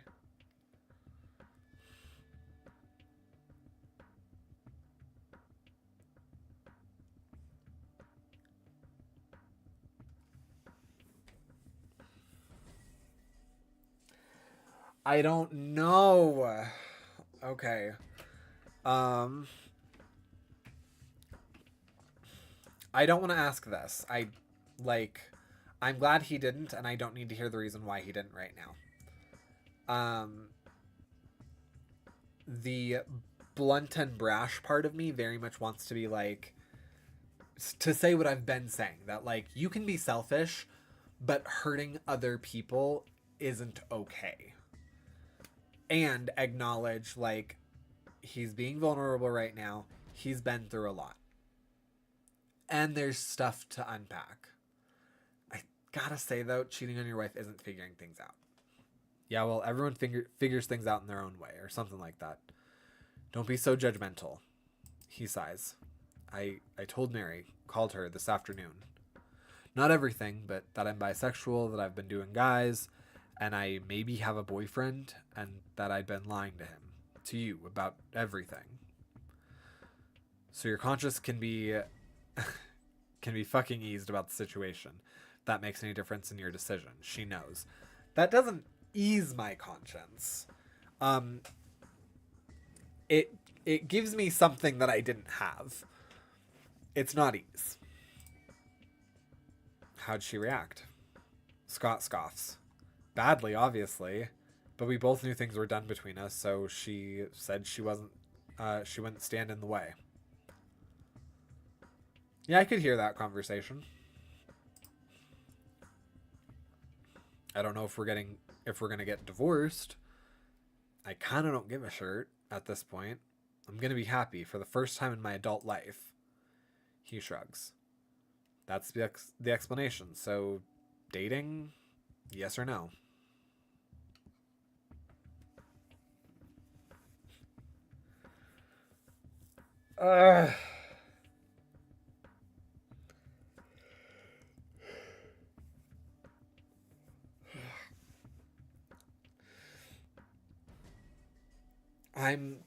I'm trying. I'm trying so hard. I am trying so hard.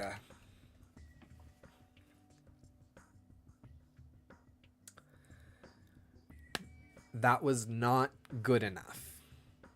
I appreciate the explanation. There was no point where he talked about what he wanted to see in his new life. Where he talked about acknowledging the unfairness and doing something to correct where he could.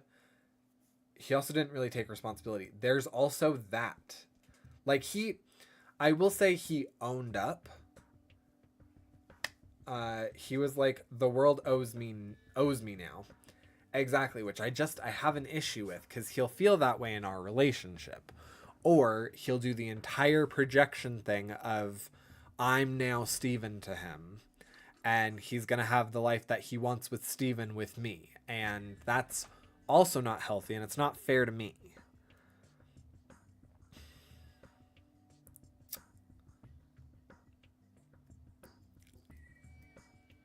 I'm sorry, man. I really tried. I wanted to figure this out, and that was too much. He nods. He doesn't look surprised. Sure. Thanks for hearing me out, I guess. Then, one more for the road? You're about to ask what he means when he leans over and kisses you, surprising you. It feels like goodbye. Have a good life, Patrick. You deserve a good guy. Better than me, anyway. Then he's gone, and you sit for a moment, considering everything he'd said. It was definitely the right decision, but I can kind of understand where he's coming from. I can totally see his perspective and know that it's unhealthy as all get out if he doesn't change, and having a boyfriend isn't going to be the thing that changes that.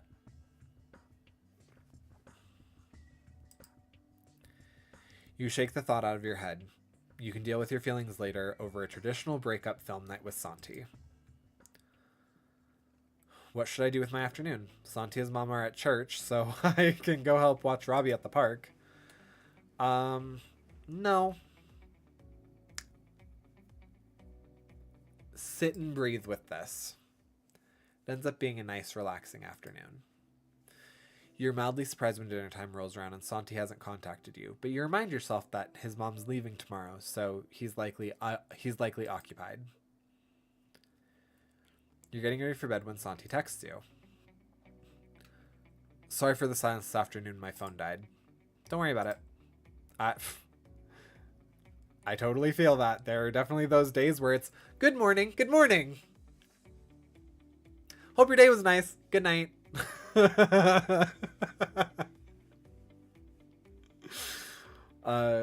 Church was actually pretty nice. Mom and I went for dinner afterwards. How was the rest of your day?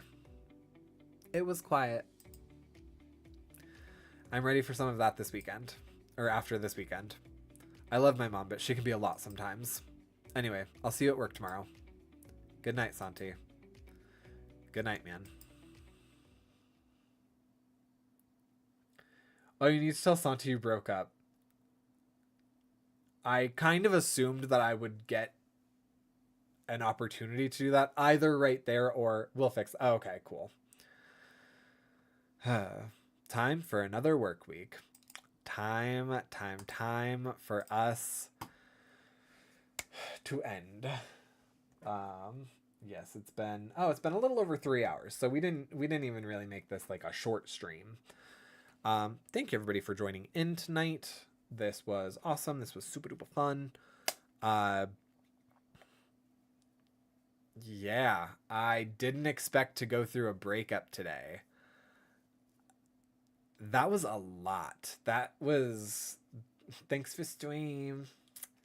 There was so much in there. Like, this was the most jam-packed 2 weeks so far. And I know you warned me, Bob, that there was the drama. That drama was gonna happen. That all I didn't suspect. I am curious what the relationship would look like if I continued with Scott. But I want to go down this as realistically as I would. And in real life, if someone had given me all of that, if they couldn't prove to me in some way that they wanted to be on a healthier path, I couldn't have done that to myself. Especially like the fact that I am poly. I have a family to think about, and I couldn't put them through that too. The turmoil of me figuring that out with that. Too much. Remember too that you can date Mitch while sleeping with Paul, which is fun. That'll be a thing to... I do want to go down a Mitch route at some point too.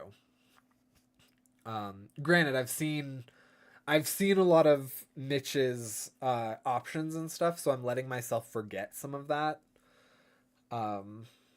You've seen most of his route, to be honest. Yeah, I'm trying to forget some of it before I do that.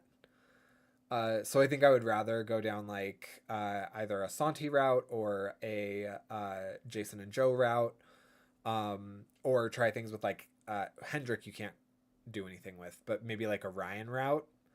And then once I forget the stuff that I've like read for sensitivity stuff, then I'll go after Mitch. But yes, that is where we're going to call it this evening. Oh, nope. That was supposed to exit out. It didn't. User error. All right, where are we? Where to the R's to the W's?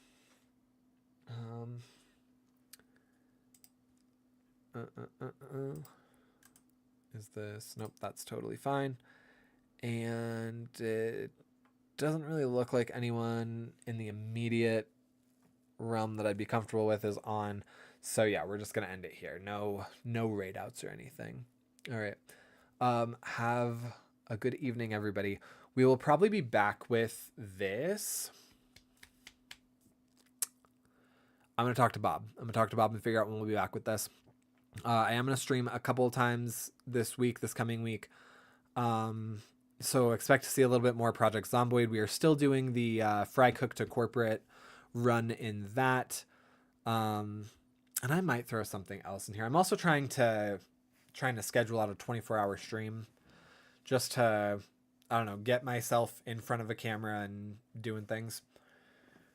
So look for all that. Most of everything that you'll find will be over on YouTube. But Twitch always just has surprises. So with that, good night, everybody. Thank you for coming in, and I will see you guys next time. Bye.